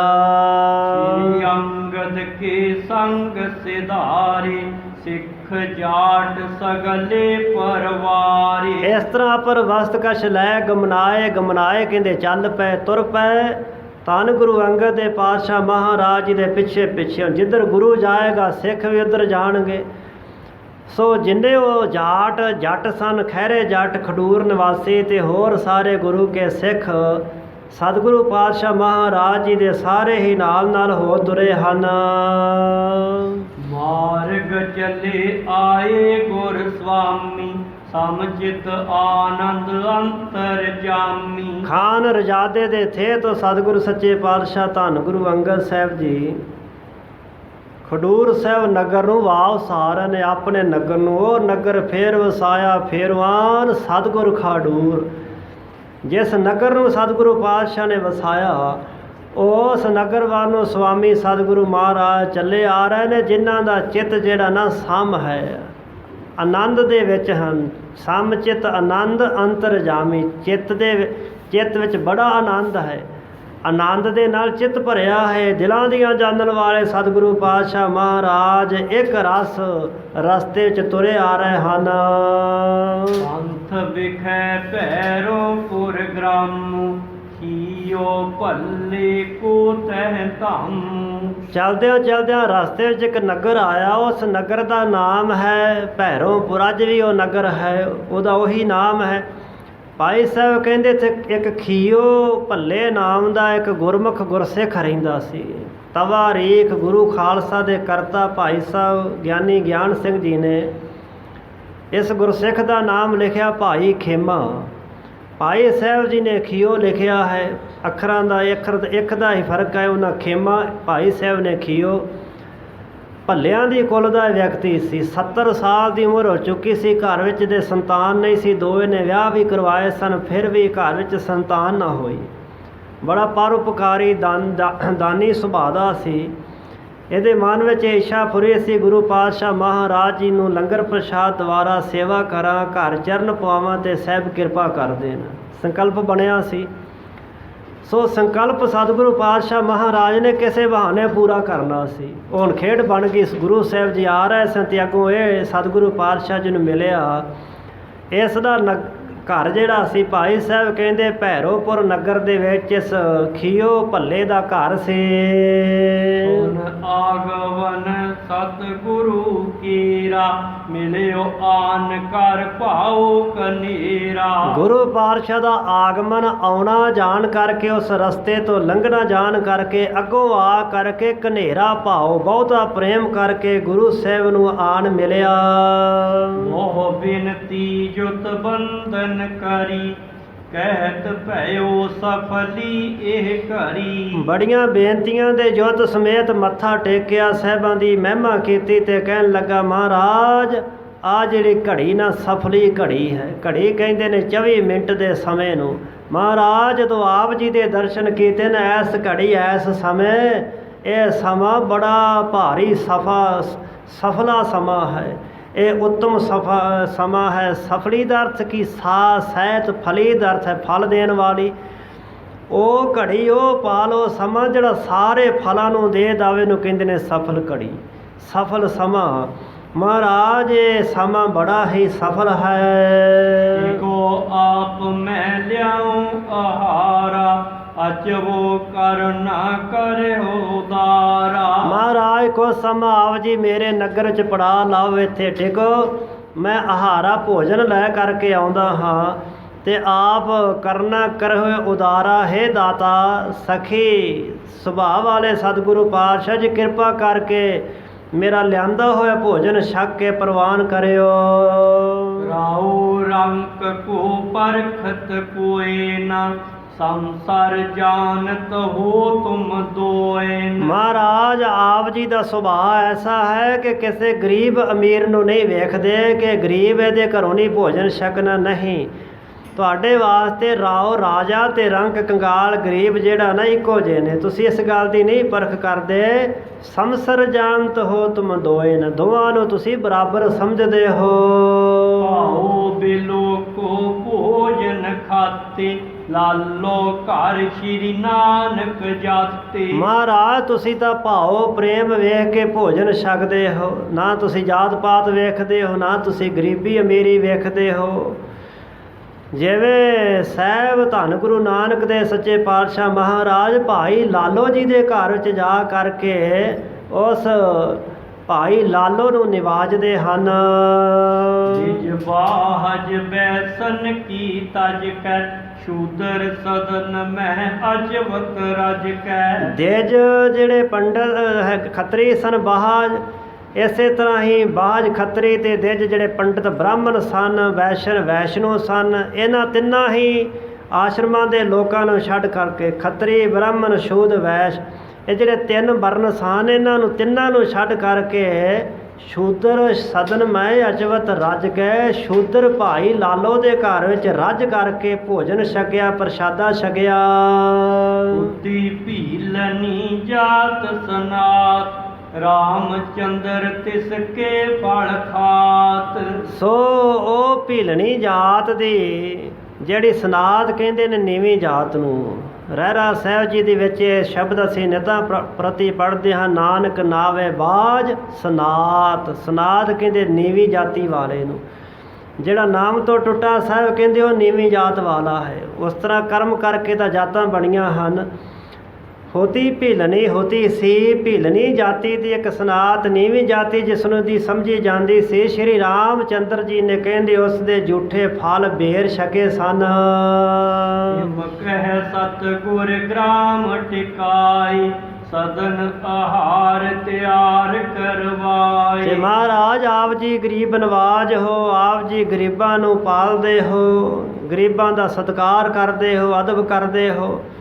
ਇਸ ਤਰ੍ਹਾਂ ਕਹਿ ਕਰਕੇ ਉਸ ਭਾਈ ਖੇਮੇ ਖੀਓ ਭੱਲੇ ਨੇ ਸਤਿਗੁਰੂ ਸੱਚੇ ਪਾਤਸ਼ਾਹ ਜੀ ਨੂੰ ਆਪਣੇ ਗ੍ਰਾਮ ਨਗਰ ਵਿੱਚ ਟਿਕਾਇਆ, ਆਸਨ ਲਵਾਇਆ ਤੇ ਆਪ ਸਦਨ ਘਰ ਵਿੱਚ ਜਾ ਕੇ ਭੋਜਨ ਲੰਗਰ ਪ੍ਰਸ਼ਾਦ ਤਿਆਰ ਕਰਵਾਏ। ਪੂਰਨ ਤਿਆਰੀ ਸਕਲ ਕਰਾਏ, ਰਿਦੇ ਭਾਉ ਧਰ ਗੁਰ ਟਿਕ ਆਏ। ਛੇਤੀ ਨਾਲ ਲੰਗਰ ਪ੍ਰਸ਼ਾਦ ਦੀ ਸਾਰੀ ਤਿਆਰੀ ਕਰਵਾ ਕੇ ਤੇ ਹਿਰਦੇ ਵਿੱਚ ਬੜਾ ਭਾਉ ਪ੍ਰੇਮ ਧਾਰ ਕੇ ਸਤਿਗੁਰੂ ਪਾਤਸ਼ਾਹ ਦੇ ਕੋਲ ਆਇਆ। ਹਾਥ ਜੋਰ ਕਰ ਬਿਨੈ ਬਖਾਨੀ, ਭੋਜਨ ਭਇਓ ਤਿਆਰ ਗੁਣ ਖਾਨੀ। ਹੱਥ ਜੋੜ ਕੇ ਬਿਨੈ ਬੇਨਤੀ ਬਖਾਨੀ ਆਖੀ, ਹੈ ਗਰੀਬ ਨਵਾਜ ਸੱਚੇ ਪਾਤਸ਼ਾਹ ਜੀ ਭੋਜਨ ਤਿਆਰ ਹੋ ਗਿਆ ਹੈ, ਗੁਣਾਂ ਦੀ ਖਾਨ ਸਤਿਗੁਰੂ ਪਾਤਸ਼ਾਹ ਜੀਓ ਕਿਰਪਾ ਕਰੋ। ਪਾਦ ਅਰਬਿੰਦ ਸਦਨ ਮੁਝ ਪਾਈਏ, ਸਭ ਸੰਗਤ ਆਪਣੇ ਸੰਗ ਲਿਆਈਏ। ਤੇ ਆਪਣੇ ਪਾਵਨ ਚਰਨ ਕਮਲ ਸਦਨ ਮੁਝ ਪਾਈਏ, ਮੇਰੇ ਸਦਨ ਘਰ ਦੇ ਵਿੱਚ ਪਾਉਣਾ ਕਰੋ ਜੀ। ਤੇ ਜਿੰਨੀਆਂ ਆਪ ਜੀ ਨਾਲ ਸਿੱਖ ਸੰਗਤਾਂ ਨੇ ਸਾਰਿਆਂ ਨੂੰ ਨਾਲ ਲੈ ਕਰਕੇ ਆਓ, ਸੰਗਤਾਂ ਦੇ ਚਰਨ ਵੀ ਮੇਰੇ ਘਰ ਵਿੱਚ ਪੈ ਜਾਣ। ਆਸਾ ਪੂਰਨ ਕਰੋ ਗੁਸਾਈ, ਔਚਕ ਆਵਨ ਭਇਓ ਕਦਾਈ। ਮਹਾਰਾਜ ਮੇਰੀ ਆਸਾ ਪੂਰਨ ਕਰੋ। ਹੁਣ ਆਸਾ ਤੇ ਇਹੀ ਕਿ ਘਰ ਵਿੱਚ ਸੰਤਾਨ ਹੋਵੇ। ਕਈ ਮਿਲਖਾਂ ਦਾ ਮਾਲਕ ਸੀ, ਜਗੀਰਾਂ ਦਾ ਮਾਲਕ ਸੀ, ਜ਼ਮੀਨ ਭਾਂਡਾ ਬਹੁਤ ਜ਼ਿਆਦਾ ਸੀ, ਪਰ ਘਰ ਵਿੱਚ ਸੰਤਾਨ ਨਹੀਂ ਸੀ। 70 ਬਰਸ ਦੀ ਉਮਰ ਹੋ ਚੁੱਕੀ ਸੀ। ਸੋ ਚਾਹੁੰਦਾ ਸੀ ਮਹਾਰਾਜ ਕਿਰਪਾ ਕਰ ਦੇਣ। ਤੇ ਹੁਣ ਬੇਨਤੀ ਕਰਨ ਲੱਗਾ, ਮਹਾਰਾਜ ਔਚਕ ਆਮਨ ਭਇਓ ਕਦਾਈ। ਔਚਕ ਅਚਾਨਕ ਹੀ ਆਪ ਦਾ ਕਦੇ ਕਦਾਈ ਆਪ ਜੀ ਦੇ ਸੁਭਾਅ ਅਨੁਸਾਰ ਇੱਧਰ ਫੇਰਾ ਪਿਆ ਹੈ, ਆਪ ਜੀ ਦਾ ਆਉਣਾ ਹੋਇਆ ਹੈ। ਆਓ ਜਾਨ ਤੇਰੇ ਦੇ ਕਨੇਰੇ, ਚੱਲੇ ਸੰਗ ਜਿਸ ਭਾਗ ਵਡੇਰੇ। ਇਹਦੇ ਘਰ ਹਿਰਦੇ ਦਾ ਭਾਉ ਪ੍ਰੇਮ ਜਾਣ ਕਰਕੇ, ਕਨੇਰੇ ਬਹੁਤਾ ਪ੍ਰੇਮ ਜਾਣ ਕੇ ਸਤਿਗੁਰੂ ਸੱਚੇ ਪਾਤਸ਼ਾਹ ਜੀ ਇਸ ਦੇ ਨਾਲ ਚੱਲ ਪਏ। ਭਾਈ ਸਾਹਿਬ ਕਹਿੰਦੇ ਜਿਸ ਭਾਗ ਵਡੇਰੇ, ਜਿਸ ਦੇ ਵੱਡੇ ਭਾਗ ਜਾਗ ਪਏ ਭਾਈ ਖੀਓ ਭੱਲੇ ਦੇ, ਜਿਹਦੇ ਨਾਲ ਗੁਰੂ ਤੁਰ ਪਏ ਤੇ ਕਿੱਡੇ ਵੱਡੇ ਭਾਗ ਜਾਗ ਪੈਣਗੇ। ਸੋ ਇਸ ਦੇ ਵੱਡੇ ਭਾਗ ਜਾਗ ਪਏ, ਇਹਦੀ ਕਿਸਮਤ ਦਾ ਦਰਵਾਜ਼ਾ ਖੁੱਲ੍ਹ ਗਿਆ ਜਦੋਂ ਗੁਰੂ ਅੰਗਦ ਦੇ ਪਾਤਸ਼ਾਹ ਜੀ ਇਹਦੇ ਨਾਲ ਹੋ ਤੁਰੇ। ਜਲ ਛਿੜਕਾਏ ਸੋ ਬਸਤਰ ਵਿਛਾਏ, ਉੱਪਰ ਚੌਂਕੀ ਚਾਰ ਡਸਾਏ। ਪਹਿਲਾਂ ਜਲ ਛਿੜਕਾਇਆ, ਜਲ ਛਿੜਕਾ ਕਰਕੇ ਥਾਂ ਸਾਫ਼ ਕੀਤਾ, ਫਿਰ ਉਹਦੇ ਉੱਪਰ ਇੱਕ ਬਸਤਰ ਵਿਛਾਇਆ, ਬਸਤਰ ਵਿਛਾ ਕੇ ਉੱਪਰ ਉਹਦੇ ਇੱਕ ਚੌਂਕੀ ਚਾਰ ਹੁੰਦੀ ਸੁੰਦਰ ਬੜੀ ਸੋਹਣੀ ਜੀ ਚੌਂਕੀ ਡਸਾਏ ਢਾ ਦਿੱਤੇ। ਇਸ ਪਰ ਬਸਤਰ ਪੋਹਰ ਵਿਛਾਵਾ, ਸ਼੍ਰੀ ਅੰਗਦ ਕੋ ਤਹਾਂ ਬਿਠਾਵਾ। ਪਹਿਲਾਂ ਥੱਲੇ ਜ਼ਮੀਨ ਸਾਫ਼ ਕੀਤੀ ਜਲ ਛਿੜਕ ਕਰਕੇ, ਫਿਰ ਉਹਦੇ ਉੱਪਰ ਬਸਤਰ ਵਿਛਾਇਆ, ਉੱਤੇ ਚੌਂਕੀ ਢਾਈ, ਚੌਂਕੀ ਦੇ ਉੱਪਰ ਫਿਰ ਇੱਕ ਬਸਤਰ ਵਿਛਾਇਆ। ਉਸ ਸੋਹਣੀ ਚੌਂਕੀ ਜਿਹੜੀ ਸੋਹਣੀ ਵਿਛੀ ਸੀ, ਦੀਨ ਦੁਨੀ ਦੇ ਮਾਲਕ ਧੰਨ ਗੁਰੂ ਅੰਗਦ ਦੇ ਪਾਤਸ਼ਾਹ ਜੀ ਨੂੰ ਬਾਦ ਸਤਿਕਾਰ ਦੇ ਨਾਲ ਉਸ ਚੌਂਕੀ ਦੇ ਉੱਪਰ ਬਿਠਾਇਆ। ਹਾਲ ਵਿਸ਼ਾਲ ਕਿਰਪਾਲ ਅਗਾਰੀ, ਖੀਰ ਖੰਡ ਕ੍ਰਿਤ ਉੱਪਰ ਡਾਰੀ। ਇੱਕ ਵਿਸ਼ਾਲ ਵੱਡਾ ਥਾਲ ਭੋਜਨ ਦਾ ਪਰੋਸ ਕਰਕੇ, ਜਿਸ ਦੇ ਵਿੱਚ ਖੀਰ ਸੀ, ਖੰਡ ਪਾਈ, ਉੱਪਰ ਘਿਓ ਪਾ ਕਰਕੇ। ਆਪਣੇ ਹਾਥ ਪਰੋਸਿਓ ਤਾਹੀ, ਗੁਰੂ ਅਚੈ ਹਰਿਖੈ ਮਨ ਮਾਹੀ। ਆਪਣੇ ਹੱਥੀਂ ਇਸ ਗੁਰਮੁਖ ਪ੍ਰੇਮੀ ਨੇ ਸਤਿਗੁਰੂ ਪਾਤਸ਼ਾਹ ਥਾਲ ਪਰੋਸਿਆ। ਗੁਰੂ ਕੇ ਸਿੱਖ ਹੱਥੀਂ ਸੇਵਾ ਕਰਦੇ ਸੀ ਗਾਂਢੋ ਗਾਂਢੋ ਆਵਾਜ਼ ਮਾਰ ਲਓ ਵੀ ਆਓ ਲੰਗਰ ਪ੍ਰਸ਼ਾਦ ਤਿਆਰ ਕਰਨਾ, ਤੇ ਸੇਵਾ ਸਾਰੀ ਉਹ ਕਰ ਜਾਣ, ਫਲ ਉਹਨਾਂ ਨੂੰ ਮਿਲ ਜਾਏ, ਆਪ ਖਾਲੀ ਦੇ ਖਾਲੀ। ਗੁਰਸਿੱਖ ਨੇ ਹੱਥੀਂ ਸੇਵਾ ਕੀਤੀ, ਆਪਣੇ ਹੱਥਾਂ ਨਾਲ ਭੋਜਨ ਪਾਇਆ ਥਾਲ ਦੇ ਵਿੱਚ, ਆਪ ਲਿਆ ਕੇ ਪਰੋਸਿਆ ਕਿ ਸਤਿਗੁਰੂ ਪਾਤਸ਼ਾਹ ਅਜੇ ਛਕਣਗੇ, ਹਰਖੇ ਮਨ ਮਾਈ, ਮੇਰੇ ਤੇ ਮਨ 'ਚ ਖੁਸ਼ ਹੋ ਜਾਣਗੇ ਕਿ ਸਿੱਖ ਸੇਵਾ ਕਰਦਾ, ਕਿਉਂਕਿ ਗੁਰੂ ਸੇਵਾ ਤੇ ਰੀਝਦਾ ਪ੍ਰਸੰਨ ਹੁੰਦਾ ਹੈ। ਸਤਿਗੁਰੂ ਪਾਤਸ਼ਾਹ ਜੀ ਨੇ ਭੋਜਨ ਛਕਿਆ ਤੇ ਸਹਿਬ ਖੁਸ਼ ਹੋ ਗਏ। ਸਭ ਸੰਗਤ ਕੋ ਦਿਓ ਆਹਾਰਾ, ਤ੍ਰਿਪਤਾਏ ਅਚ ਸਵਾਦ ਉਦਾਰਾ। ਸਾਰੀਆਂ ਸਿੱਖ ਸੰਗਤਾਂ ਨੂੰ ਵੀ ਲੰਗਰ ਪ੍ਰਸ਼ਾਦ ਛਕਾਇਆ ਗਿਆ ਤੇ ਐਨ ਤ੍ਰਿਪਤਾਏ, ਰਜਾ ਦਿੱਤੇ ਸਾਰੇ ਜਿੰਨੇ ਨਾਲ ਸੰਗੀ ਸਾਥੀ ਗੁਰਸੇਵਕ ਸਨ। ਅਚ ਸਵਾਦ ਉਦਾਰਾ, ਅਚ ਛਕਿਆ ਉਹ ਭੋਜਨ ਜੀ ਦਾ ਸਵਾਦ ਉਦਾਰਾ, ਬਹੁਤ ਭਾਰੀ ਸਵਾਦ ਸੀ, ਸਵਾਦਿਸ਼ਟ ਭੋਜਨ ਸੀ। ਇਹਨੇ ਵੀ ਗਲੋਂ ਗਲਾਵੇਂ ਲਾਇਆ ਸੀ, ਛੇਤੀ ਛੇਤੀ ਵਿੱਚ ਅੱਧੇ ਫੁਲਕੇ ਕੱਚੇ ਤੇ ਅੱਧੇ ਪੱਕੇ, ਨਹੀਂ ਇਹੋ ਜਿਹਾ ਨਹੀਂ, ਬਹੁਤ ਸਵਾਦੀ ਭੋਜਨ ਤਿਆਰ ਕੀਤਾ। ਮਾਈਆਂ ਉਹੋ ਹੀ ਹੁੰਦੀਆਂ ਨੇ, ਘਰ ਵਿੱਚ ਕਦੇ ਨਾ ਰੋਟੀ ਸੜਦੀ ਹੈ ਨਾ ਕੱਚੀ, ਪਰ ਗੁਰੂ ਘਰ ਵਿੱਚ ਆ ਕੇ ਅੱਧੇ ਕੱਚੇ ਤੇ ਅੱਗੇ ਅੱਧੇ ਪੱਕੇ। ਇਹ ਕੀ ਹਿਸਾਬ ਕਿਤਾਬ ਹੈ ਵੀ ਇੱਥੇ ਡੰਗਰਾਂ ਥੋੜ੍ਹੇ ਖਾਣੇ, ਇੱਥੇ ਵੀ ਉਹੋ ਜਿਹੀ ਭਾਵਨਾ ਚਾਹੀਦੀ ਹੈ ਜਿਹੋ ਜਿਹੀ ਘਰ ਵਿੱਚ ਹੁੰਦੀ ਹੈ। ਸੰਪਰਦਾਇ ਦਾਸ ਰਿਹਾ ਉੱਥੇ ਉਸੇ ਵੇਲੇ ਰੌਲਾ ਪੈ ਜਾਂਦਾ ਹੁੰਦਾ, ਭਾਈ ਇਹ ਕਿਉਂ ਐਸਾ ਹੋ ਰਿਹਾ, ਇਹ ਸਿੰਘਾਂ ਨੇ ਪ੍ਰਸ਼ਾਦੇ ਛਕਣੇ ਨੇ, ਇਹ ਸਾੜ ਕਿਉਂ ਦਿੱਤੇ ਨੇ, ਸਕਾ ਕਿਉਂ ਦਿੱਤੇ ਨੇ। ਸੋ ਜੇਕਰ ਸ਼ਰਧਾ ਹੋਵੇ, ਭਾਵਨਾ ਹੋਵੇ, ਨਾ ਪ੍ਰਸ਼ਾਦਾ ਸੁੱਕੇਗਾ ਤੇ ਨਾ ਹੀ ਸੜੇਗਾ। ਅੱਗ ਉਨੀ ਕੁ ਰੱਖੀ ਜਾਏਗੀ ਜਿਸ ਨਾਲ ਵਧੀਆ ਪ੍ਰਸ਼ਾਦਾ ਪੱਕੇ ਤੇ ਛਕਣ ਵਾਲਾ ਵੀ ਉਹਦੇ ਹਿਰਦੇ 'ਚੋਂ ਅਰਦਾਸ ਕਰਵਾ ਕੇ ਸੀਸ ਲੈਣ ਦੀ ਲੋੜ ਨਹੀਂ, ਆਪਣੇ ਆਪ ਹੀ ਸੀਸ ਨਿਕਲੇਗੀ ਕਿ ਬੜਾ ਸਵਾਦਿਸ਼ਟ ਭੋਜਨ ਛਕਾਇਆ ਹੈ। ਤੇ ਗੁਰੂ ਕੇ ਸਿੱਖ ਇਸ ਤਰ੍ਹਾਂ ਭੋਜਨ ਪ੍ਰਸ਼ਾਦਾ ਤਿਆਰ ਕਰਦੇ ਸਨ ਹੱਥੀਂ, ਬੜੀ ਭਾਵਨਾ ਨਾਲ, ਕਿ ਜਿਸ ਦੇ ਵਿੱਚ ਅੰਮ੍ਰਿਤ ਵਰਗੀ ਸੁਗੰਧੀ ਵੀ ਤੇ ਸਵਾਦ ਵੀ ਆਉਂਦਾ ਸੀ, ਉਹਨਾਂ ਦੀ ਭਾਵਨਾ ਮਿਲ ਜਾਂਦੀ ਹੁੰਦੀ ਸੀ ਵਿੱਚ। ਸੋ ਇਸ ਵਾਸਤੇ ਸਾਡੇ ਵਾਸਤੇ ਸੁਝਾਅ ਹੈ ਕਿ ਜਦੋਂ ਗੁਰੂ ਘਰ ਵਿੱਚ ਆ ਕੇ ਪ੍ਰਸ਼ਾਦੇ ਪਕਾਉਣੇ ਨੇ, ਤੇ ਜਿਸ ਤਰ੍ਹਾਂ ਘਰ ਪਕਾਉਣੇ ਹਾਂ ਤੇ ਘਰ ਖਾਣੇ ਉਹੋ ਜਿਹੇ ਹੀ ਚਾਹੀਦੇ ਨੇ। ਇੱਥੇ ਆਮ ਨਹੀਂ ਚਾਹੀਦੇ ਕਿ ਜਿਸ ਤਰ੍ਹਾਂ ਦੇ ਆਮ ਮਿਲਦੇ ਨੇ ਖਾਣ ਨੂੰ, ਪਰ ਉਹੀ ਕਿਸੇ ਹੋਰ ਵੱਡੇ ਅਧਿਕਾਰੀ ਨੇ ਛਕਣੇ ਤੇ ਉਹ ਪ੍ਰਸ਼ਾਦੇ ਉਹ ਚੰਗੇ ਭਲੇ ਹੋ ਜਾਂਦੇ ਨੇ। ਆਮ ਸਿੱਖ ਸੰਗਤਾਂ ਛਕਣੇ ਹੋਣ ਤੇ ਫਿਰ ਉਹ ਆਮ ਪਤਾ ਹੀ ਹੈ। ਸੋ ਇਸ ਵਾਸਤੇ ਭਾਵਨਾ ਮਿਲੀ ਹੋਵੇ, ਸ਼ਰਧਾ ਹੋਵੇ, ਸਿਦਕ ਤੇ ਭਰੋਸਾ ਸੇਵਾ ਵਿੱਚ ਰਲ ਜਾਏ ਨਾ, ਉਹ ਸੇਵਾ ਫਿਰ ਫਲੀਭੂਤ ਹੁੰਦੀ। ਉਸ ਸੇਵਾ ਨੂੰ ਗੁਰੂ ਫਲ ਲਾ ਦਿੰਦਾ ਹੈ। ਉਸ ਗੁਰਸਿੱਖ ਨੇ ਸੇਵਾ ਕੀਤੀ, ਜਿਹੜਾ ਭੋਜਨ ਕਹਿੰਦੇ ਭਾਈ ਸਾਹਿਬ ਬੜਾ ਸਵਾਦਿਸ਼ਟ ਸੀ, ਸੋਹਣਾ ਪ੍ਰਸ਼ਾਦ ਸੀ, ਤੇ ਸਤਿਗੁਰੂ ਪਾਤਸ਼ਾਹ ਜੀ ਸਿੱਖ ਸੰਗਤਾਂ ਦੇ ਸਮੇਤ ਛਕ ਕਰਕੇ ਆਨੰਦਿਤ ਹੋ ਗਏ। ਸ਼ੀਤਲ ਪਾਨ ਕਰਵਾਵਾ, ਸਭ ਹਰਖੀ ਮਨ ਵਾਂਛਿਤ ਪਾਵਾ। ਫਿਰ ਸੀਤਲ ਜਿਹੜਾ ਸੀ ਪਾਣ ਕਰਵਾਵਾ, ਛਕਾਇਆ, ਜਲ ਛਕਾਇਆ ਠੰਡਾ। ਆਮ ਤੌਰ 'ਤੇ ਹੁਣ ਭਾਵੇਂ ਵੈਦ ਹਕੀਮ ਕਹੀ ਜਾਂਦੇ ਨੇ ਗਰਮ ਪਾਣੀ ਪੀਆ ਕਰੋ, ਪਰ ਬਾਣੀ ਵਿੱਚ ਵੀ ਇਸ ਗੱਲ ਦਾ ਜ਼ਿਕਰ ਹੈ ਕਿ ਸੁੱਖਾ ਭੋਜਨ ਖਾ ਕਰਕੇ ਬਾਬਾ ਫਰੀਦ ਸਾਹਿਬ ਨੇ ਕਿਹਾ ਕਿ ਠੰਡਾ ਪਾਣੀ ਪੀਓ। ਠੰਡੇ ਪਾਣੀ ਦਾ ਜ਼ਿਕਰ ਇਹ ਨਹੀਂ ਕਿਹਾ ਕਿ ਉਬਲਦਾ ਅੰਦਰ ਸੁੱਟ ਲਵੋ, ਗਰਮ ਪਾਣੀ ਪੀਓ, ਨਹੀਂ। ਵੈਦ ਹਕੀਮ ਤਾਂ ਕਹਿੰਦੇ, ਪਰ ਬਾਣੀ ਕਹਿੰਦੀ ਠੰਡਾ ਪੀਆ ਕਰੋ। ਸੋ ਬਾਣੀ ਮੁੱਖ ਹੈ। ਸੀਤਲ ਜਲ ਜਿਹੜਾ ਸੀ ਨਾ ਪਾਨ ਕਰਵਾਇਆ, ਸਭ ਹਰਖੇ ਮਨ ਬਾਂਸ਼ਿਤ ਪਾਵਾ। ਸਾਰੇ ਖੁਸ਼ ਹੋ ਗਏ ਕਿਉਂਕਿ ਪੈਦਲ ਚੱਲਦਿਆਂ ਭੁੱਖ ਲੱਗ ਗਈ ਸੀ ਸਾਰਿਆਂ ਨੂੰ ਹੀ, ਤੇ ਇੱਛਾ ਸਾਰਿਆਂ ਦੀ ਸੀ ਕਿ ਭੋਜਨ ਮਿਲੇ। ਹੁਣ ਜਦੋਂ ਭੋਜਨ ਪ੍ਰਸ਼ਾਦ ਮਿਲ ਗਿਆ, ਮਨ ਭਾਉਣ ਦੀ ਇੱਛਾ ਪੂਰੀ ਹੋ ਗਈ, ਪੇਟ ਸਾਰਿਆਂ ਦਾ ਭਰ ਗਿਆ ਤੇ ਸਾਰੇ ਬੜੇ ਖੁਸ਼ ਹੋ ਗਏ। ਚੋਰੀ ਕੀਨ ਅਰ ਹਾਥ ਪਖਾਰੇ, ਭਏ ਗੁਰੂ ਚੱਲਵੇ ਕੋ ਤਿਆਰੇ। ਸਾਹਿਬਾਂ ਨੇ ਚੁਲਾ ਕੀਤਾ, ਹੱਥ ਧੋਤੇ ਤੇ ਜਦੋਂ ਚੱਲਣ ਵਾਸਤੇ ਤਿਆਰ ਹੋਏ।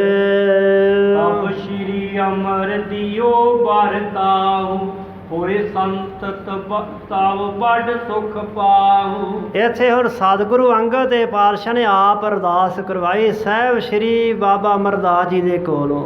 ਉਹਨਾਂ ਨੂੰ ਪਤਾ ਸੀ ਇਹਨਾਂ ਦੀ ਅਰਦਾਸ 'ਚ ਸੱਤਿਆ ਹੈ, ਇਹਨਾਂ ਜੋ ਕਹਿ ਦੇਣਾ ਹੋ ਜਾਣਾ ਹੈ। ਤੇ ਪੁਰਾਤਨ ਨੁਕਸਿਆਂ ਦੇ ਵਿੱਚ ਇਹ ਵੀ ਦੱਸਿਆ ਹੈ ਕਿ ਇੱਥੇ ਜਿਹੜਾ ਅਮਰ ਸ਼ਬਦ ਇੱਥੇ ਅੰਗਦ ਦੇਵ ਸ਼ਬਦ ਸੀ। ਭਾਈ ਵੀਰ ਸਿੰਘ ਜੀ ਨੇ ਜ਼ਿਕਰ ਕੀਤਾ, ਸੋ ਰਹੋ ਵਿਚਾਰ ਭਾਈ ਸਾਹਿਬ ਜੀ ਨੇ ਸ਼੍ਰੀ ਅਮਰ ਸ਼ਬਦ ਵਰਤਿਆ ਹੈ। ਬਰ ਤੋਂ ਭਾਵ ਹੁੰਦਾ ਬਚਨ। ਸਾਹਿਬ ਸ਼੍ਰੀ ਬਾਬਾ ਅਮਰਦਾਸ ਸਾਹਿਬ ਜੀ ਨੇ ਹੁਣ ਅਰਦਾਸ ਕੀਤੀ ਗੁਰੂ ਹੁਕਮ ਨਾਲ, ਹੋਏ ਸੰਤਤ ਤਾਂ ਬੜ ਸੁਖ ਪਾਈ। ਮਹਾਰਾਜ ਕਿਰਪਾ ਕਰੋ ਗੁਰਸਿੱਖ ਦੇ ਘਰ ਸੰਤਾਨ ਹੋਵੇ, ਇਹਦੇ ਘਰ ਵੀ ਭਾਗ ਲੱਗਣ। ਤੇ ਨਾਲ ਫਿਰ ਵਚਨ ਕਰ ਦਿੱਤਾ ਕਿ ਗੁਰਸਿੱਖਾ ਤੂੰ ਸਤਿਗੁਰੂ ਜੀ ਦੀ ਸੇਵਾ ਕੀਤੀ, ਸੰਗਤ ਦੀ ਸੇਵਾ ਕੀਤੀ, ਤੇਰੇ ਘਰ ਔਲਾਦ ਹੋਵੇਗੀ ਜਿਹੜੀ ਸੁੱਖ ਦੇਣ ਵਾਲੀ ਹੋਵੇਗੀ। ਇਹ ਨਹੀਂ ਕਿ ਪੁੱਤਰ ਜਿਹੜਾ ਪਿਓ ਦੀ ਦਾੜੀ ਪੁੱਟਣ ਵਾਲਾ ਹੋਵੇ ਤੇ ਮਾਂ ਨੂੰ ਕੁੱਟ-ਕੁੱਟ ਕੇ ਤੇ ਚੱਲ ਤੈਨੂੰ ਬਿਰਧ ਆਸ਼ਰਮ ਛੱਡ ਕੇ ਆਵਾਂ। ਇਹੋ ਜਿਹੀ ਸੰਤਾਨ ਨਹੀਂ ਚਾਹੀਦੀ। ਸੰਤਾਨ ਹੋਵੇ ਤੇ ਆਗਿਆਕਾਰੀ ਹੋਵੇ। ਭਾਈ ਸਾਹਿਬ ਭਾਈ ਭਗਤੋ ਜੀ, ਉਹਨਾਂ ਦੀ ਮਾਂ ਨੇ ਜਿਹੜੀ ਅਰਦਾਸ ਕੀਤੀ ਸੀ ਨਾ ਗੁਰੂ ਰਾਮਦਾਸ ਜੀ ਦੇ ਚਰਨਾਂ ਵਿੱਚ, ਉਹ ਹਰ ਬੀਬੀ ਵਾਸਤੇ ਪ੍ਰੇਰਨਾ ਸਰੋਤ ਹੈ। 70 ਸਾਲ ਦੀ ਉਮਰ ਸੀ, ਆਸੇ ਪਾਸੇ ਫਿਰ ਤੁਰ ਆਏ ਸਨ। ਕਿਸੇ ਦੱਸਿਆ ਸੀ ਜਾਓ ਭਾਈ ਅੰਮ੍ਰਿਤਸਰ ਸਾਹਿਬ ਦੀ ਧਰਤੀ ਤੇ ਗੁਰੂ ਰਾਮਦਾਸ ਜੀ ਦਾ ਦਰ ਐਸਾ ਜਿੱਥੋਂ ਕੋਈ ਖਾਲੀ ਨਹੀਂ ਗਿਆ। ਸੇਵਾ ਕੀਤੀ ਤੇ ਉਹ ਦਿਨ ਆ ਗਿਆ ਸੀ ਮੰਗਣ ਦਾ, ਤੇ ਸਾਹਿਬਾਂ ਕਿਹਾ ਸੀ ਮੰਗੋ। ਭਾਈ ਸਾਹਿਬ ਜੀ ਆਪਣੇ ਦਾੜੇ ਵੱਲ ਵੇਖ ਕੇ ਦਾੜਾ ਸਫੇਦ ਚਿੱਟਾ ਹੋ ਚੁੱਕਾ ਸੀ, ਸ਼ਰਮਾ ਕੇ ਤੇ ਸਾਹਿਬਾਂ ਕਿਹਾ ਸੀ ਘਰ ਜਾ ਕੇ ਸਲਾਹ ਕਰ ਲਓ। ਪੜਾ ਤੇ ਗਏ, ਧਰਮ ਪਤਨੀ ਨੂੰ ਦੱਸਿਓ, ਕਹਿਣ ਲੱਗੀ ਤੁਸੀਂ ਮੌਕਾ ਤਾਂ ਨਹੀਂ ਖੁਜਾ ਲਿਆ? ਕਹਿਣ ਲੱਗੇ ਨਹੀਂ, ਸਤਿਗੁਰੂ ਪਾਤਸ਼ਾਹ ਨੇ ਕੱਲ੍ਹ ਦਾ ਟਾਈਮ ਦਿੱਤਾ, ਕੱਲ੍ਹ ਨੂੰ ਦੋਵੇਂ ਆਇਓ। ਤੇ ਜਦੋਂ ਆਇਆ ਸਿਰਫ ਧੰਨ ਬੀਬੀ ਨੇ ਬੇਨਤੀ ਕੀਤੀ ਸੀ, ਮਹਾਰਾਜ ਕਿਰਪਾ ਤੁਹਾਡੀ ਹੋਣੀ ਹੈ, ਪਤਾ ਹੀ ਹੈ ਕਿ ਸੰਤਾਨ ਤੁਸੀਂ ਬਖਸ਼ੋਗੇ, ਪਰ ਸੰਤਾਨ ਉਹ ਹੋਵੇ ਜਿਹੜੀ ਸਾਨੂੰ ਗੁਰੂ ਨਾਲ ਜੋੜ ਦੇਵੇ। ਜਿਸ ਸੰਤਾਨ ਦੇ ਘਰ ਵਿੱਚ ਆਇਆ, ਸੰਤਾਨ ਨੂੰ ਵੇਖ ਕੇ ਗੁਰੂ ਯਾਦ ਆਵੇ, ਗੁਰੂ ਚੇਤੇ ਆਵੇ। ਫਿਰ ਸਾਹਿਬਾਂ ਨੇ ਉਹ ਪੁੱਤਰ ਬਖਸ਼ਿਸ਼ ਕੀਤਾ, ਮਹਾਨ ਮਹਾਂਪੁਰਖ ਭਾਈ ਭਗਤੂ ਜੀ 7ਵੇਂ ਪਾਤਸ਼ਾਹ ਤੱਕ, ਜਿਨ੍ਹਾਂ ਨੇ ਬੜੀ ਭਾਰੀ ਘਾਲਣਾ ਕਾਲੇ ਕੀਰਤਪੁਰ ਸਾਹਿਬ ਦੀ ਧਰਤੀ ਤੇ ਬਿਰਧ ਅਵਸਥਾ ਵਿੱਚ ਵੀ ਬੁੱਢੇ ਵਾਰੇ ਹਾਲ ਵਾਉਂਦੇ ਹੁੰਦੇ ਸਨ। ਉਹ ਗੁਰਮੁਖ ਜਾਣ। ਸੋ ਇਹੋ ਜਿਹੇ ਗੁਰਮੁਖ ਪਿਆਰੇ ਸਾਹਿਬ ਸ਼੍ਰੀ ਬਾਬਾ ਅਮਰਦਾਸ ਸਾਹਿਬ ਜੀ ਕਹਿਣ ਲੱਗੇ ਤੁਹਾਡੇ ਘਰ ਸੰਤਾਨ ਹੋਵੇਗੀ ਤੇ ਵੱਡੇ ਸੁੱਖ ਦੇਣ ਵਾਲੀ ਹੋਵੇਗੀ। ਉਹ ਸੰਤਾਨ ਹੋਵੇਗੀ ਜਿਹੜੇ ਤੁਹਾਨੂੰ ਸੁੱਖ ਦੇਵੇਗੀ। ਗਮਨ ਕੀਨ ਤਬ ਗ੍ਰਾਮ ਖਡੂਰ, ਰਾਗ ਆਦਿਕ ਸੰਗਤ ਪੂਰ। ਸੋ ਫਿਰ ਇਸ ਤਰ੍ਹਾਂ ਲੰਗਰ ਪ੍ਰਸ਼ਾਦ ਛਕ ਕੇ ਅਰਦਾਸ ਬੇਨਤਾ ਕਰਕੇ ਸਤਿਗੁਰੂ ਪਾਤਸ਼ਾਹ ਦੇ ਹਜ਼ੂਰ ਗੁਰਸਿੱਖ ਨੂੰ ਨਵਾਜ ਕੇ ਭਾਈ ਖੀਓ ਭੱਲੇ ਅਥਵਾ ਭਾਈ ਖੇਮੇ ਨੂੰ ਚਾਲਾ ਪਾਇਆ ਖਡੂਰ ਸਾਹਿਬ ਨਗਰ ਦੀ ਤਰਫ ਨੂੰ। ਰਾਹਕ ਆਦਿਕ ਸੰਗਤ ਭੂਰ ਦਾ ਅਰਥ ਹੁੰਦਾ ਬਹੁਤੀ, ਭੂਰ ਦਾ ਅਰਥ ਸਵੇਰ ਵੀ ਹੁੰਦਾ ਹੈ, ਪਰ ਇੱਥੇ ਭੂਰ ਦਾ ਅਰਥ ਹੈ ਜ਼ਿਆਦਾ। ਰਾਹਕ ਆਦਿਕ ਸੰਗਤ ਭੂਰ, ਬਹੁਤ ਸਾਰੀ ਸੰਗਤ ਹੋਰ ਰਸਤਿਆਂ ਵਿੱਚ ਵੀ ਇਕੱਠੀ ਹੋ ਗਈ, ਮਿਲ ਗਈ। ਤੇ ਰਾਖ ਖਡੂਰ ਸਾਹਿਬ ਨਗਰ ਦੇ ਜਿੰਨੇ ਜ਼ਿਮੀਂਦਾਰ ਸਨ ਨਾਲ ਤੁਰੇ ਜਾ ਰਹੇ ਹਨ। ਬਨੇ ਆਸਨ ਆਨ ਅਸੀਨੇ, ਸੁਨਿਓ ਸਭਨ ਮਿਲ ਦਰਸ਼ਨ ਕੀਨੇ। ਚਲਦੇ ਚਲਦੇ ਸਾਹਿਬ ਸੱਚੇ ਪਾਤਸ਼ਾਹ ਜੀ ਆ ਆਪਣੇ ਆਸਨ ਤੇ ਖਡੂਰ ਸਾਹਿਬ ਨਗਰ ਵਿੱਚ ਸੱਜੇ ਨੇ। ਆਪਣੇ ਆਸਨ ਤੇ ਆ ਕੇ ਅਸੀਨੇ ਦਾ ਅਰਥ ਹੁੰਦਾ ਬਿਰਾਜਮਾਨ ਹੋ ਗਏ, ਬੈਠ ਗਏ। ਜਦੋਂ ਨਗਰ ਨਿਵਾਸੀ ਭਾਵਨਾ ਵਾਲਿਆਂ ਨੇ ਸੁਣਿਆ, ਜਿਨ੍ਹਾਂ ਦਾ ਦਿਲ ਬੜਾ ਦੁਖਿਆ ਸੀ ਗੁਰੂ ਸਾਹਿਬ ਜੀ ਚਲੇ ਗਏ ਨੇ, ਉਹਨਾਂ ਨੇ ਆ ਕਰਕੇ ਸਤਿਗੁਰੂ ਸੱਚੇ ਪਾਤਸ਼ਾਹ ਮਹਾਰਾਜ ਜੀ ਦੇ ਦੀਦਾਰ ਕੀਤੇ, ਦਰਸ਼ਨ ਕੀਤੇ। ਸਭ ਕੇ ਮੰਗਲ ਭਇਓ ਵਿਸ਼ਾਲਾ, ਹਰ ਬਰਖਾ ਪੁਨ ਬਸੇ ਕਿਰਪਾਲਾ। ਸੋ ਸਾਰਿਆਂ ਦੇ ਮਨ ਨੂੰ ਬੜਾ ਮੰਗਲ ਹੋਇਆ, ਬੜੀਆਂ ਖੁਸ਼ੀਆਂ ਹੋਈਆਂ ਤੇ ਸਾਰੇ ਆਖ ਰਹੇ ਨੇ ਕਿ ਵੇਖੋ ਗੁਰੂ ਨੇ ਕਿੰਨੀ ਕਿਰਪਾ ਕੀਤੀ ਹੈ, ਮੀਂਹ ਪਵਾ ਕੇ ਵਰਖਾ ਕਰਕੇ ਤੇ ਉਹਨੇ ਆ ਕੇ ਫਿਰ ਨਗਰ ਵਿੱਚ ਵਸ ਗਏ ਨੇ। ਇਹ ਸਤਿਗੁਰੂ ਜੀ ਦੀਆਂ ਨਿਰਾਲੀਆਂ ਖੇਡਾਂ ਹਨ। ਨਹੀਂ ਸਰਾਪ ਕਿਸਹੂ ਕੋ ਦੀਨਾ, ਸਭ ਅਪਰਾਧ ਬਖਸ਼ਬੋ ਕੀਨਾ। ਤੇ ਵੇਖੋ ਗੁਰੂ ਦਾ ਕਿੰਨਾ ਹਿਰਦਾ ਵਿਸ਼ਾਲ ਹੈ ਕਿ ਕਿਸੇ ਨੂੰ ਸਰਾਪ ਤੱਕ ਨਹੀਂ ਨੇ ਦਿੱਤਾ, ਕੋਈ ਕੌੜਾ ਫਿੱਕਾ ਲਫ਼ਜ਼ ਕਿਸੇ ਨੂੰ ਨਹੀਂ ਬੋਲਿਆ। ਕਿੰਨਾ ਅਪਰਾਧ ਕੀਤਾ ਸੀ ਨਾ ਲੋਕਾਂ ਤੇ, ਸਾਰਿਆਂ ਦਾ ਉਹ ਅਪਰਾਧ ਉਹ ਗੁਨਾਹ ਬਖਸ਼ ਦਿੱਤਾ ਨੇ। ਪੂਜਨ ਲੱਗੇ ਬੋਹਰ ਗੁਰ ਚਰਨਾ, ਜਿਨ ਕੇ ਸਿਮਰਨ ਜਨਮ ਨਾ ਮਰਨਾ। ਹੁਣ ਫਿਰ ਉਹ ਸਾਰੇ ਹੀ ਨਗਰ ਨਿਵਾਸੀ ਹੋਰ ਸੰਗਤਾਂ ਸਤਿਗੁਰੂ ਸੱਚੇ ਪਾਤਸ਼ਾਹ ਜੀ ਦੇ ਪਾਵਨ ਚਰਨ ਕਮਲਾਂ ਦੀ ਪੂਜਾ ਕਰਨ ਲੱਗੇ ਨੇ, ਜਿਨ੍ਹਾਂ ਸਤਿਗੁਰਾਂ ਦਾ ਸਿਮਰਨ ਕਰਨ ਨਾਲ ਜਨਮ ਨਾ ਮਰਨਾ, ਨਾ ਜਨਮ ਹੁੰਦਾ ਹੈ ਤੇ ਨਾ ਮਰਨਾ ਹੁੰਦਾ ਹੈ। ਆਵਾਗਮਨ ਦਾ ਸਿਲਸਿਲਾ ਹੀ ਸਦੀਵ ਕਾਲ ਵਾਸਤੇ ਸਮਾਪਤ ਹੋ ਜਾਂਦਾ ਹੈ। ਪਾਠ ਸਾਹਿਬਾਂ ਨੇ ਵੀ ਬਾਣੀ ਵਿੱਚ ਇਹੀ ਬਚਨ ਲਿਖੇ ਨੇ, ਜਿਹੜਾ ਅਸੀਂ ਨਿਤਾ ਪ੍ਰਤੀ ਪੜ੍ਹਦੇ ਨਾ, ਦਰਸ਼ਨ ਪਰਸਿਆ ਗੁਰੂ ਕੈ, ਜਨਮ ਮਰਨ ਦੁਖ ਜਾਏ। ਉਹ ਗੁਰੂ ਅੰਗਦ ਦੇ ਪਾਤਸ਼ਾਹ ਦੇ ਦਰਸ਼ਨ ਨੇ। ਸਤਿਗੁਰੂ ਅੰਗਦ ਦੇ ਪਾਤਸ਼ਾਹ ਮਹਾਰਾਜ ਜੀ ਦੀ ਮਹਿਮਾ ਵਿੱਚ ਉਹ 10 ਸਵਈਏ ਭੱਟ ਸਾਹਿਬਾਂ ਨੇ ਉਚਾਰਨ ਕੀਤੇ ਨੇ ਕਿ ਧੰਨ ਗੁਰੂ ਅੰਗਦ ਦੇ ਪਾਤਸ਼ਾਹ ਦਾ ਦਰਸ਼ਨ ਕਰਨ ਦੇ ਨਾਲ ਹੀ ਜੰਮਣ ਮਰਨ ਦਾ ਪੈਂਡਾ ਕੱਟਿਆ ਜਾਂਦਾ ਹੈ, ਜੰਮਣ ਮਰਨ ਦਾ ਪੰਧ ਮੁੱਕ ਜਾਂਦਾ ਹੈ, ਆਵਾਗਮਨ ਦਾ ਸਿਲਸਿਲਾ ਖਤਮ ਹੋ ਜਾਂਦਾ ਹੈ। ਐਸੇ ਨੇ ਮਹਾਨ ਦਰਸ਼ਨ ਧੰਨ ਗੁਰੂ ਅੰਗਦ ਦੇ ਪਾਤਸ਼ਾਹ ਮਹਾਰਾਜ ਜੀ ਦੇ, ਜਿਨ੍ਹਾਂ ਦਾ ਹਿਰਦਾ ਬੜਾ ਵਿਸ਼ਾਲ ਹੈ, ਨਿਰਛਲ ਹੈ, ਨਿਸ਼ਕਪਟ ਹੈ, ਦਇਆ ਕਰਨਾ ਦੇ ਨਾਲ ਭਰਿਆ ਹੋਇਆ ਹੈ। ਸੋ ਅੱਗੇ ਜਿਵੇਂ ਭਾਈ ਸਾਹਿਬ ਜੀ ਅਗਲਾ ਇਤਿਹਾਸ ਸੁਣਾਉਣਗੇ, ਸਾਹਿਬ ਬਾਬਾ ਅਮਰਦਾਸ ਸਾਹਿਬ ਜੀ ਦੇ ਪਾਵਨ ਚਰਨ ਕਮਲਾਂ ਦੇ ਨਾਲ ਲੱਗ ਕਰਕੇ ਇੱਕ ਪਾਪੀ ਆਤਮਾ ਦਾ ਉਧਾਰ ਹੋ ਗਿਆ। ਰਸਤੇ 'ਚ ਜਾਂਦਿਆਂ ਪ੍ਰੇਮੀਆਂ ਨੇ ਕੌਤਕ ਵੇਖਿਆ, ਸਾਹਿਬਾਂ ਨੂੰ ਦੱਸਿਆ। ਸੋ ਸਤਿਗੁਰੂ ਸੱਚੇ ਪਾਤਸ਼ਾਹ ਮਹਾਰਾਜ ਜੀ ਦਾ ਗੁਰੂ ਕਾ ਇਤਿਹਾਸ ਵਿਚਾਰਦੇ ਇੱਥੋਂ ਤੱਕ ਹੋਈਆਂ ਬੇਅੰਤ ਭੁੱਲਾਂ ਚੁੱਕਾਂ ਦੀ ਮਾਫੀ ਸਤਿਗੁਰੂ ਪਾਤਸ਼ਾਹ ਜੀ, ਗੁਰੂ ਕੀ ਸੰਗਤ ਬਖਸ਼ਣਹਾਰ ਜੀ ਬਖਸ਼ ਲੈਣ ਅੱਗੇ ਵਾਸਤੇ ਸਮਤ ਬਖਸ਼ਣੀ ਜੀ। 2 ਪੰਕਤੀਆਂ ਪੜ੍ਹ ਕਰਕੇ ਵਾਹਿਗੁਰੂ ਗੁਰਮੰਤਰ ਦਾ ਜਪ ਕਰਦਿਆਂ ਸਮਾਪਤੀ ਹੈ ਜੀ। ਨਹੀਂ ਸਰਾਪ ਕਿਸਹੂ ਕੋ ਦੀਨਾ, ਸਭ ਅਪਰਾਧ ਬਖਸ਼ਬੋ ਕੀਨਾ। ਪੂਜਨ ਲੱਗੇ ਬੋਹਰ ਗੁਰ ਚਰਨਾ, ਜਿਨ ਕੇ ਸਿਮਰਨ ਜਨਮ ਨ ਮਰਨਾ। ਵਾਹਿਗੁਰੂ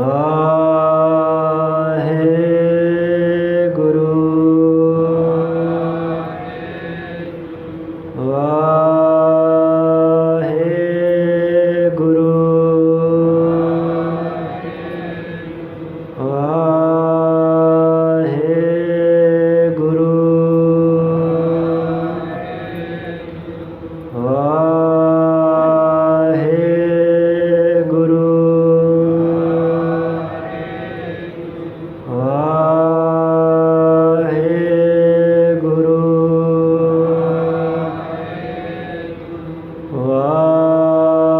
ਵਾਹਿਗੁਰੂ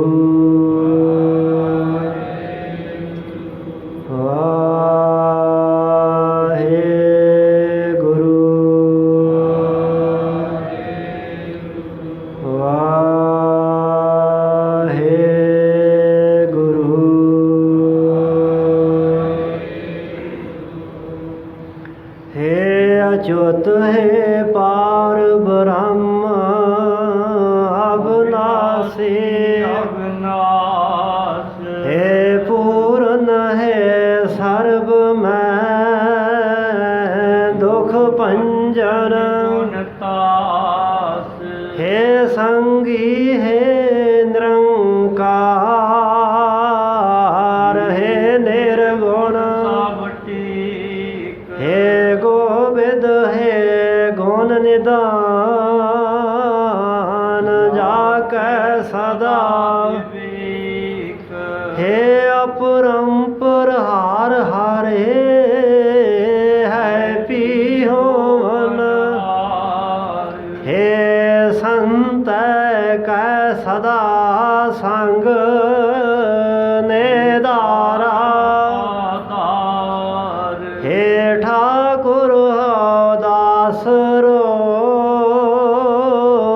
मैं निर्गुण गुण नहीं कोई नानक दीजै नाम दान राखो हिय करोई आए प्रभ शरणागति कृपा निध दयाल एक अखर हार मान बसत नानक होत निहाल वाहेगुरु नाम जहाज है चढ़े सो उतरे पार जो शरदा कार से बंदे गुर पारे पार नहार जो शरदा कर सेव दे गुर पार उतार नहार